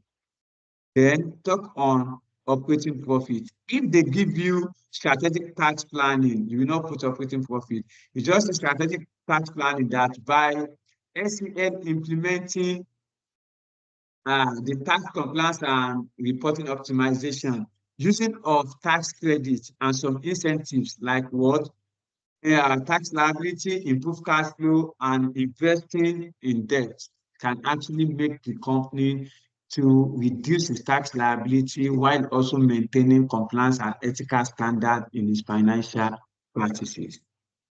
That one does not involve any calculation. Even though they are giving you calculation of revenue and net for that, you don't require any single calculation. You do not require any single calculation. Then you leave 1 line space. You write about the issues and options affecting the company. What are the issues? Inventory. Tell us that the inventory recorded is actually growing year in, year out. And that means that it is the company actually have a poor inventory management. Also, inventory were not properly written up. Advise that SCS should write up their inventory regularly or review their inventory management policy. Talk on poor working capital management. That the capital management is very poor as the inventory, which forms the significance of the current asset, is really increasing. And that might actually affect their liquidity if it is not arrested. Their liquidity position is actually okay, because while they are paying debt, they still have a good cash balance. So which means liquidity is okay. From the angle of, if I am to use the other angles of liquidity, like inventory, trade payable, and receivable, I will say that they are having a liquidity problem. Take note of that. So talk on the stability. You are only picking 4 points here. I give many points as possible. Just pick 4 that interest you. Then go to skepticism and ethics. This is skepticism and ethics. Can call it skepticism and ethics.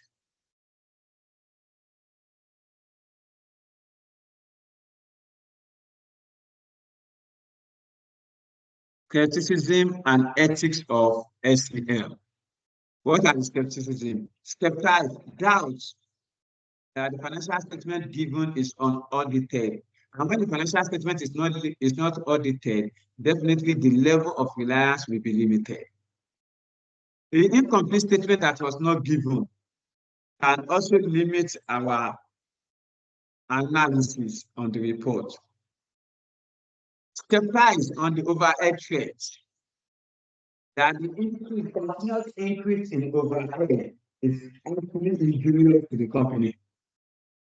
Capitalize on the monthly forecast that's not given and the threat of borrowing, because we cannot just depend on cash and cash equivalent, all equity finance. All equity finance cannot really take a company far, especially a company that has such a strategic plan. I will say that. Go to the external issues and opportunity for SCL. Talk on the competitors. I have as many as possible. Just pick 4 here.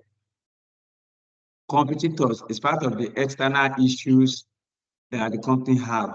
Market volatility is part of external issue. Foreign exchange is part of the external issue. Economic downturn is part of external issue.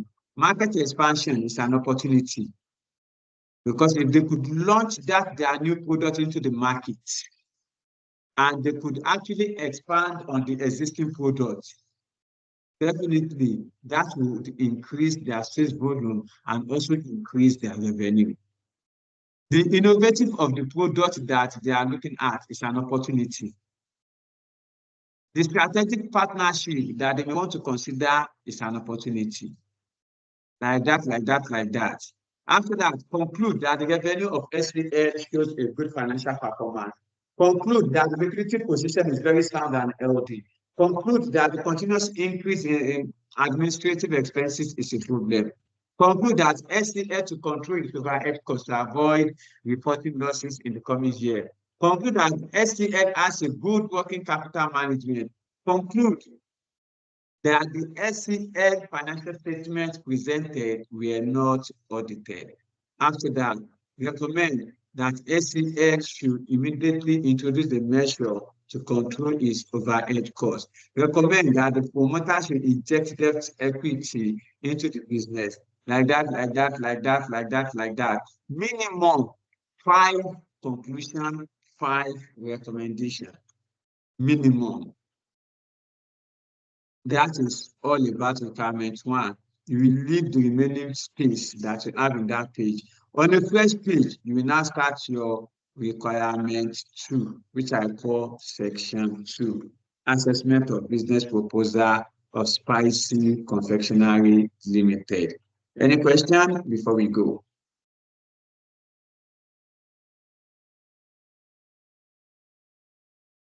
Any question? I have a question, sir. Okay, sir, go ahead, please. Okay. Yeah. So if the last financial statement for 2023 shows a negative performance, so are we going to conclude that they have a good standing too? Sir, I didn't get that, please. If the last financial statement, financial figures given in the exam day shows everything turned to negative because of high cost and because of after the COVID, everything shows a negative figure. Are we still going to conclude of a positive financial report? Our conclusion is still going to be positive. The first 2 years is actually giving us a what? A positive. So we all know that the economic downturn that affects all the businesses. Remember, that one was in 2020. And this is a financial for 2021 and 2022. What we just say is that the financial statement, we say that the liquidity position of the company was what? Unstable. It was okay for 2022 and 2022. However, 2023 shows a poor performance. That's how we put it. Just 2023, a poor performance.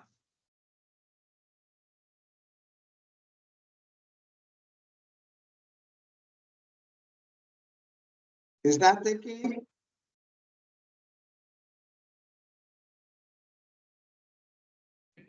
Yes, thank you.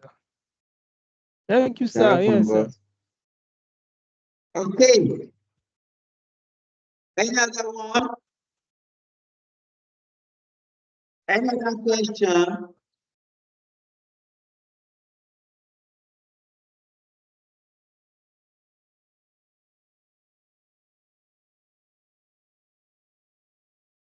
Okay, dear. Where there's no question, let's continue with our section 2 of requirement 2. Yes, ma'am. Hello, sir. Yes, Will this ma'am. solution be sent to the group chat? Yes, Hello, sir. Okay. yes, ma'am. It will be sent. All right. Thank you. However, I will just quickly correct some this thing that I identified now. I will share it. I will share it. I'm sharing it immediately after the class. Okay. Now, about the business proposal. The first one is about the proposal. About the proposal was really given in Exhibit 2, where they say that they'll be having a diverse channel and they are enhancing their customer experience. They are going to diversify their products beyond chocolate to include other confectionery items. Then they are going to ensure their sustainability and corporate social responsibility practicing. That 4 points, you state it in your words on your about the business proposal. You state it in your about the business proposals. After that, here I purposely leave a space for the MPV analysis and contribution. While you are working in your exam, you write this first one. Leave a space like this. 2 line spacing or 3 is okay for each of the points. 2 to 3 is okay for each of the points. I'm coming to show us what we are going to put there. The same thing, you leave a space for this. You come to the internal issues and options of the proposal. You write your market expansion. That SCL aims to expand its market presence by increasing its production capacity and entering into the new regional markets, both locally and internationally. And this will involve him establishing a new plant or acquiring the existing one in order to actually meet the growing trend for the confectionery. And this requires what? Money. Product diversification. There is a constant need for what? Innovation. Talk on the talent management and talk on what? Sustainability practices. Talk on digital transformation.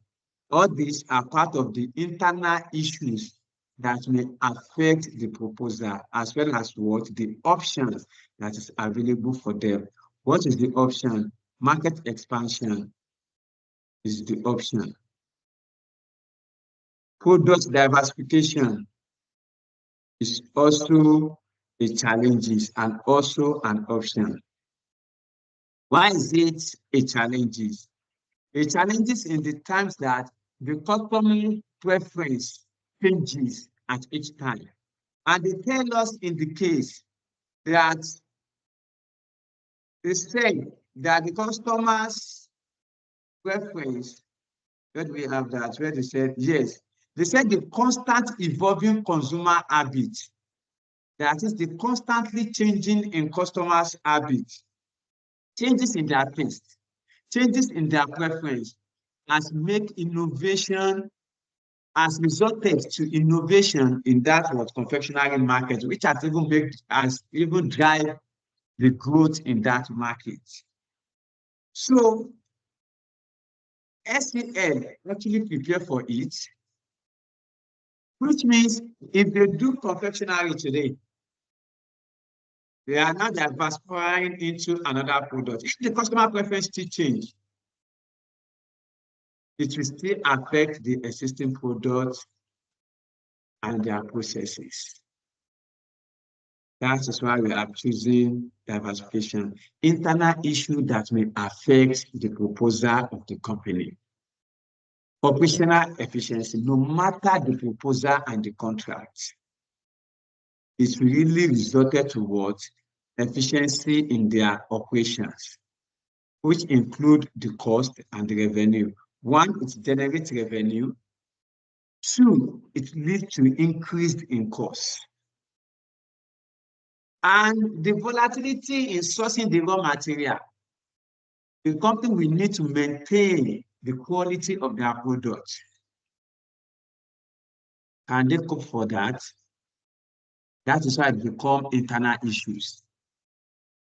Internal issue in the sense that they need to address those challenges for them to actually succeed in that proposal that they are targeting. Talent management, they have to train and hire a skilled labor that can actually work in that competitive industry. And this actually requires some expertise in that industry. You will not want to do, let's say for instance, before in hospital, if you go for blood check, or if you go for BP, there's this one rubber this thing that they usually pump. But now, are they using pumping machine, or what do they call that machine? No. Now they use the digital, where they will just tell you this thing and they will just press. That will show your BP, also show the calorie, or what do they call it. If they do not have a staff that can read that machine or that can even operate the machine, it becomes issue for them. So they really need to hire expertise that can really work in that organization for that proposal. Sustainability practice, they also have to adapt to the world, to the regulation on sustainability and ethical issues. Digital transformation is an opportunity because that proposal will give them the option to keep up with their digital transformation in terms of their marketing and sales. And since that is actually the premier of that SCF, is very much okay for them and will actually become opportunity for them. Strategic partnership, that proposal would enable them to actually form alliance with supplier, distributor, and other stakeholders in the confectionery industry, which can actually facilitate easily access to resources, distribution network, and also to accelerate their growth. Customer focus, since that is also part of their strategic plan, if they could actually invest in the new product and what they are doing, their customer will actually increase while they are even building their long-term relationship with them. It will always lead to increase in revenue. I've said that earlier. Whatever proposal, whatever the project, their revenue will increase. And as revenue increase, cost is also increasing. Take note of that. And when the revenue increase, it's adding to the value of the world stakeholders. Economic impact. If they are taking a business proposal, know that it will impact in the growth of the economy. What makes the economy to grow is as a result of location of industry. So when the confectionery industry is growing, the economy is having a positive impact on the economy. Enhanced product development, because they are already investing in dedicated research and development facilities to innovate and regularly update their product line. This will also assist them to attract a broader customer base. Leave the space, do your skepticism and ethics. What is the skepticism there? Reliability of data. The data that is provided, can it be reliable? Who has prepared the forecast figure that we have been given? Who forecasted this figure? What is the basis of the forecast? Who has forecast this figure? What is the basis of the forecast? You are not given. So skeptize that you cannot really rely on the data. Skeptize on the possible inflation of cost. Every project needs to be undertaken immediately that is being evaluated. A little delay, even to the next day, will lead to increase in the cost or in the price of that acquisition. For example, how much you buy rice yesterday is not how much you are going to buy it today. Unverified data. Skeptize on the sources of the information for the proposal that have been given to you, that data might have actually been padded in order to suit the taste of the preparer, which might actually be far from reality. Talk on the aggressive expansion plan. When someone actually wants to break into the market, or you really want to dominate the market, you have to do it strategically. You don't just jump into the market because you are so aggressive about taking up the market. Not just launching the product, it's sustaining the market that actually matters. There are some products today that they enter the market aggressively, but after 1 year, they are nowhere to be found. After 1 year, we hardly hear about them. After 1 year, they could not sustain the quality that we know them for. After 1 year, they cannot even keep up with the demand of the customer. Is SCL really prepared for the traffic? Are they prepared for the demand? And the answer shall be from the installation of their what? Manufacturing plants. Environmental impact is also ethical issues. Then talk on your tax planning strategy. That aggressive tax planning can actually result towards tax evasion and avoidance. Because if somebody knows that today, instead of me paying 5 million as tax, you are able to reduce my tax to 4 million. Tomorrow I will come to you that that 4 million said that I'm paying is too much. Is there no way you can do it at 2 million? Okay, you look. You start telling me to be generating some necessary evidence. Okay, I generated today is 2 million. Next day, I will come to that. Is there no way I can do it, not be paying tax at all?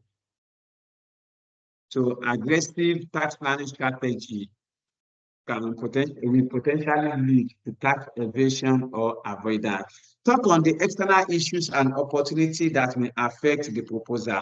What are the external factors that will affect the proposals, and what are the opportunities? One, market competition. You are not the only one in the market. For you to actually outshine the market, you have to differentiate your product. You have to look for the strategy to hedge the competitive, to have that competitive advantage. There's a particular product today. If, let's take for instance, what are those products? Pepsi company have more than 3 products. They have Pepsi, they have Fanta, they have Sprite. They even have, there was one they did one time. That one is not even, they are not even, I don't know whether they are producing it or they are not even producing it because I cannot even see it again. There was a time Nigerian brewery was selling, chai, and this thing just disappeared. No. There's one beer, one drink like that they are really selling. Even the way we usually hear Shine Bob or Star, that we will be watching Star, Good Ultimate Stage, and Star, what did they call that program? Where are they today? They are still existing, but are they leading the market as we know them? There are some competitors that have really outshine them in terms of that. Look at Honorable, what did this one call his name?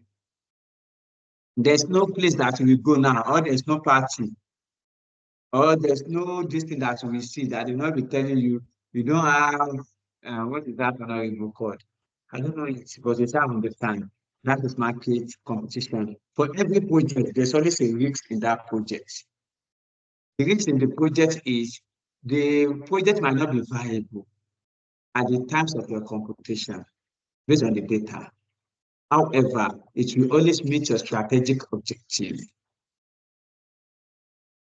Because, like I said, that it might not really look enticing when you're looking at the financial aspect.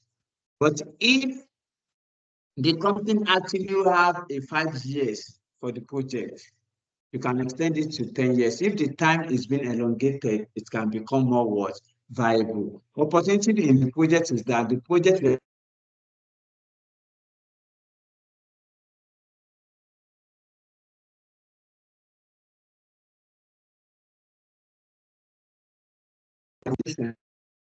financial risks, talk on the regulatory changes, then talk on inflation of cost, talk on the market expansion, talk on strategic partnership. Those are everything there are the external factors that may affect the company and the opportunities that is in that proposal.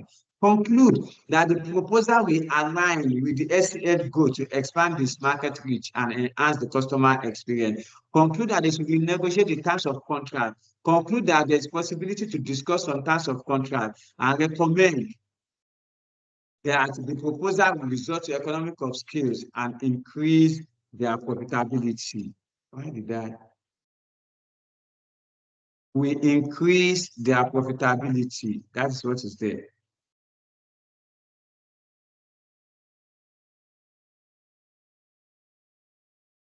We increase their profits. We increase their profits. Recommend that the proposal will increase the market share, customer base, and also the capital base of the company. Recommend that the SCL growth strategy will assist the company to maintain a strategic position, and recommend that they should diversify their product range and customer base to reduce concentration risk. After that, we will leave two-line take. Two-line. Then you thank them for the opportunity given to our firm. You say, thank you for the opportunity given to our firm to be of service to your organization. One line. For Osayemi Adelowo Chukura and Co. Then you sign your signature. Normally, Julius Idemudia, partner, Hospital Group. Julius Idemudia, partner, Hospital Group. Julius Idemudia, partner, Hospital Group. That is all. After you have done this, you now go back to those spaces that you leave. How will you now do these spaces? They have given you two proposals, for instance. They're my proposal. They've given you two proposals. For instance, this is MPV that have a contribution. This is the cost pricing structure of the company. This is the contract of supply service from Big Trees.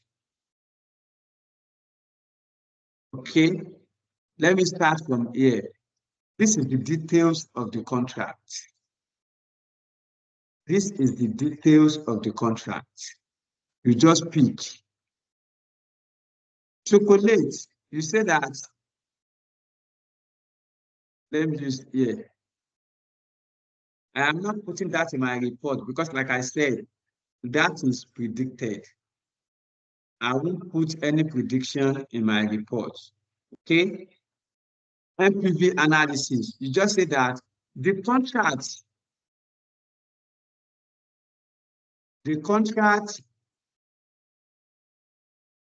of supply service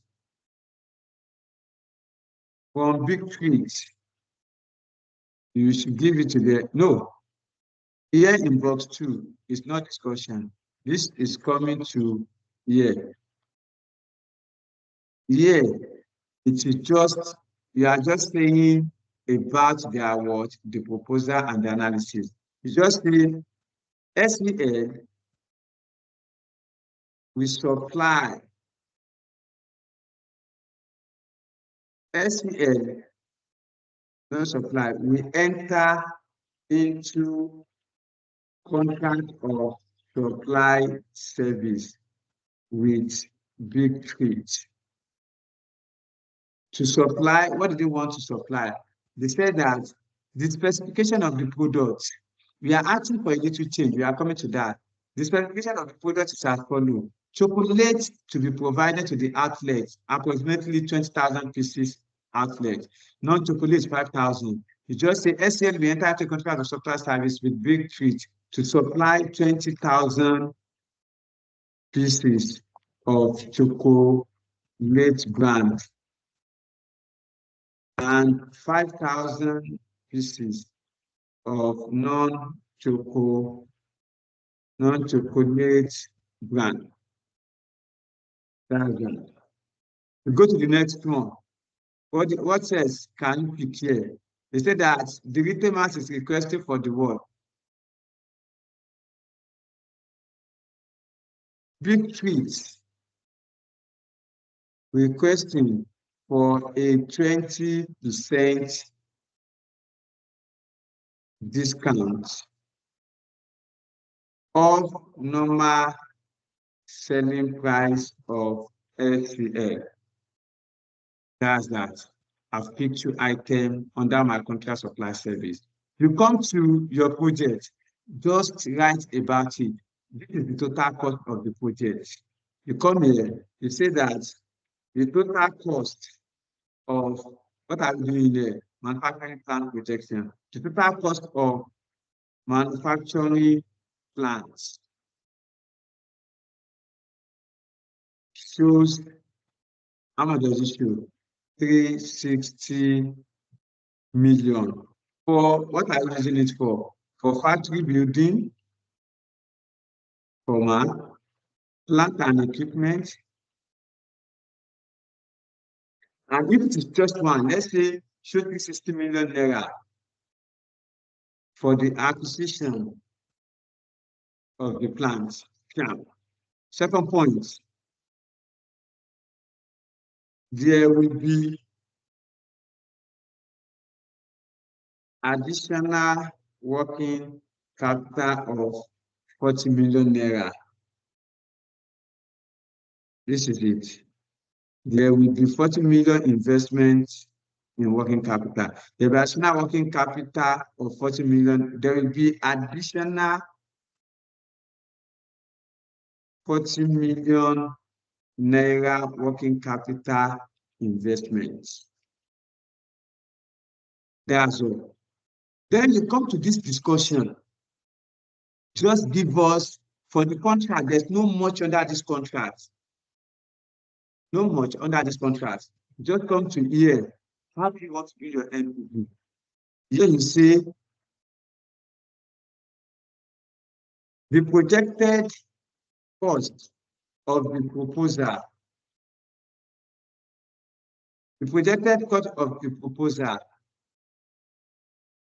is 360 million with additional 40 million naira working capital investment in year 0.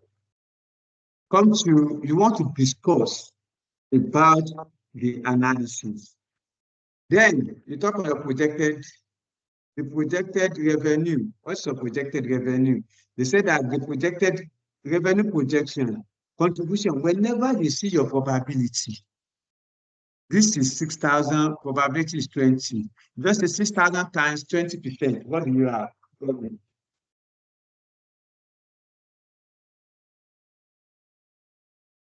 Hello?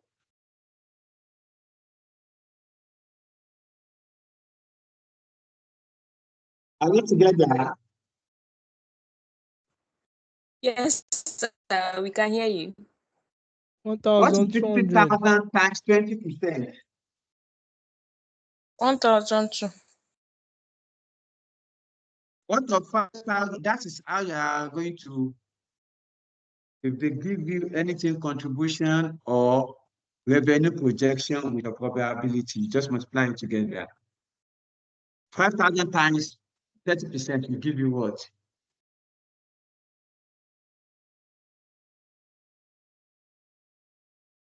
We are 0.30 times 5,000. That is about 1,500. Then 4,000 times 50, that should be 2,000. It's half of it. Add all your contribution together. What do you have? 1, 2 plus your 1, 5 plus your 2,000. That gives you 4,700. So your projected revenue is 4,700. To get revenue for year 1, what is that for me? Multiply 20,000 by 4,700. Multiply 30,000 by 4,700. So, however, here, I can see that the projected revenue, the projected contribution gave, what did it give? 6,000, gave 6,000, let's say, comma, 5,000, comma, and 4,000 with probability of 20%, comma, 30%, comma, and 50% respectively. That's all. So in this resulted to revenue of, oh yeah, 2,000 times 47. What do you have? 4,000 times 2,000. That is 9.4 million. 9.4 million in year one, and 4,000, 30,000 times 4,700, 141 million, and 141 million naira from year 2 to year 5 respectively. That's 3 points. So your 4 points, your fourth point will now be, after you calculate everything, what does it give?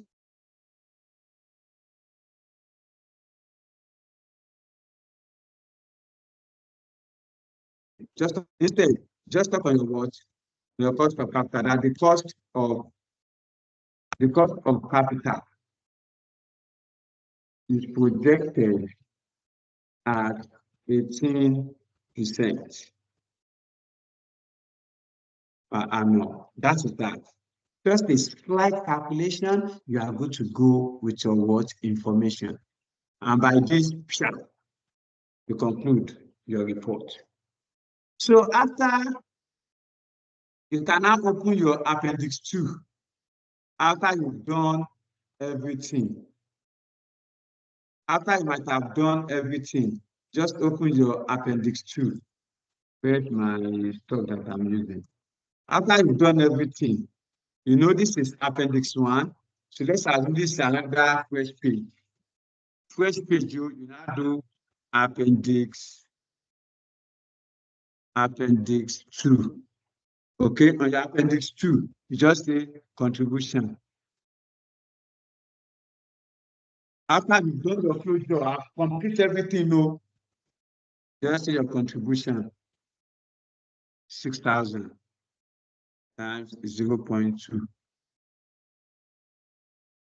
5,000, 4,000 times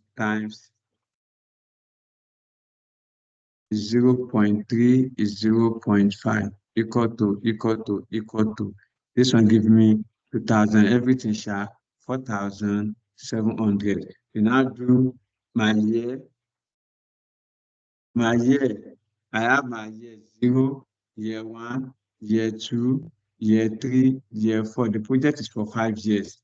Year 0. What is my projected cost? My year 0, I have the cost. Cost is 360 million. I will just put everything here is a million. Everything is a million. This will be in brackets. Working capital. 40 million in year 0. It will be minus in year 0. It will be plus in year 5. Then my first 7 times this thing, what did I get, sir? Okay, I think I put it here.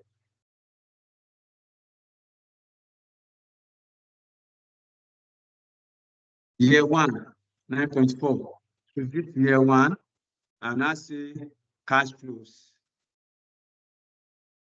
Cash flows, year 1, 9.4. Year 2 to year 5, 141. 141, 141, 141, 141. Which other information do they still give me relating to that? That one does not need, just for 18. I've gotten it. You are not doing much, just do little. If this is what you can do, add, sum everything up. You sum everything up. This gives us 400. This is minus 400. This is 9.4 million. This is 141, 141, 141. This will be 181. Then find the discount factor, 18%. You now have to press the calculator. This will be 1.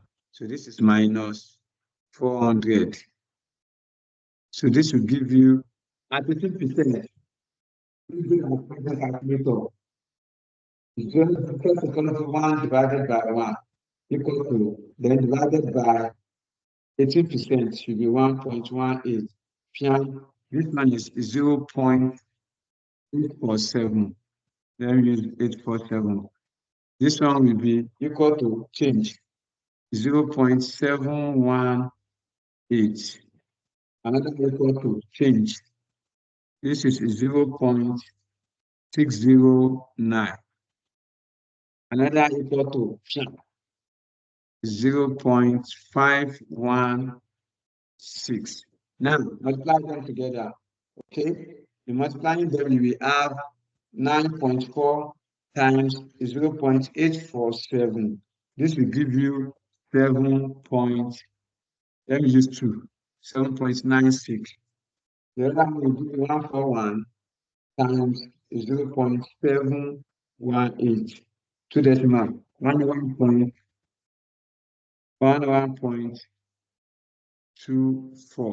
The third one will give me 141 times 0.609. This will give me 85. 85.87. Then the last one, not the last. Why did you do that last two? You are hiding. So 141 times 0.516. That will be 72.76. 72.76. The other one, the last one, that will be, I will go again, 1 divided by 1 equals to divided by 1.18. This is 1, 2, 3, 4, 5. 0.437. 0.437. So 0.437 times 181. This gives me 79.12.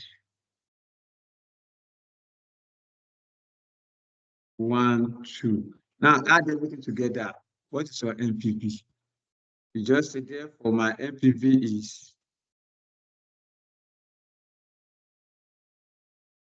minus 400,000. Okay, plus 7.96 without even calculating.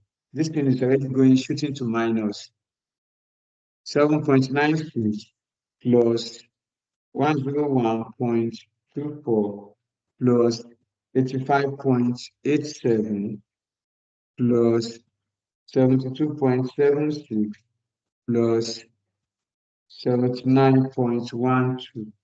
So you will always have a negative NPV because they really want to know whether you will know how to advise them. It's 3.05. Okay, that's all.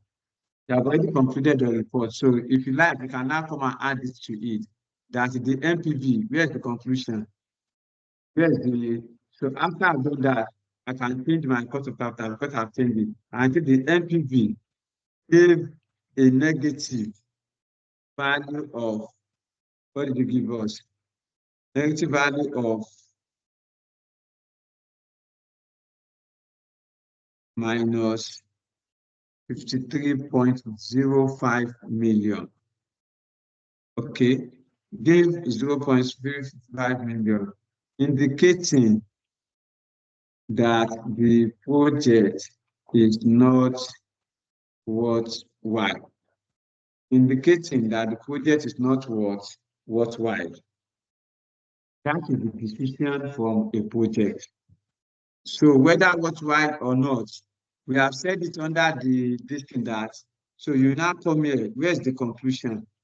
Under the conclusion, if I want to add that, I can say that the project MPV is negative and thereby not worthwhile. Then I said the MPV will be positive. Please, then. Jesus. So the project will be positive if the projected years is what is extended. That's all. That is what we are doing. So you can actually conclude your report even before you do anything, any calculation in your appendix 2. My dear all, that is that about our analysis. I so much believe that we are able to get one or two things. Any question? We shall get the report in a few minutes after the class.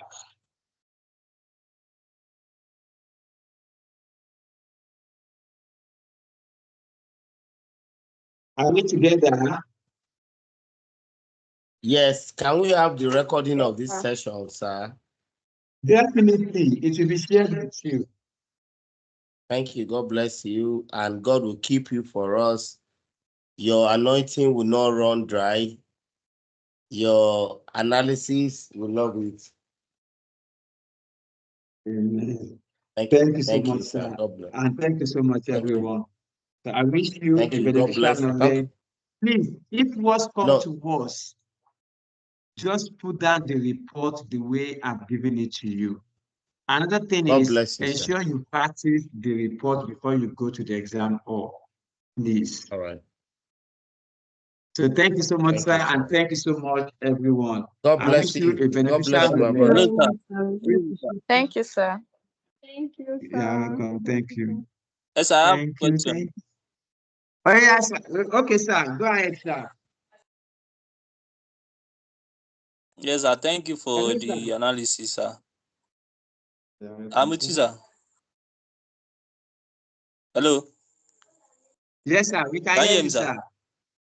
Yes, sir. We Okay. can. So about the page numbering, is it going to be after the last line or before the last line at the bottom side? Let it be at the bottom side, the way I'll keep it like this. Let it be the bottom So side. okay, after the last line. Let's say, yes, after the last line. Just like Okay. this. Okay. Thank you very much. Thanks so much. So thank you so much, everyone. I wish you a beneficial knowledge, good understanding, sound retentive memory, Godspeed, and best of luck in your exam. Please practice the report before you go to exam hall, and give me a few minutes for me to do some identified correction while I send it to you. So thanks so much, everybody. You have a wonderful realization and go to the exam hall and blast it. Thank you. Best of luck. Bye for now.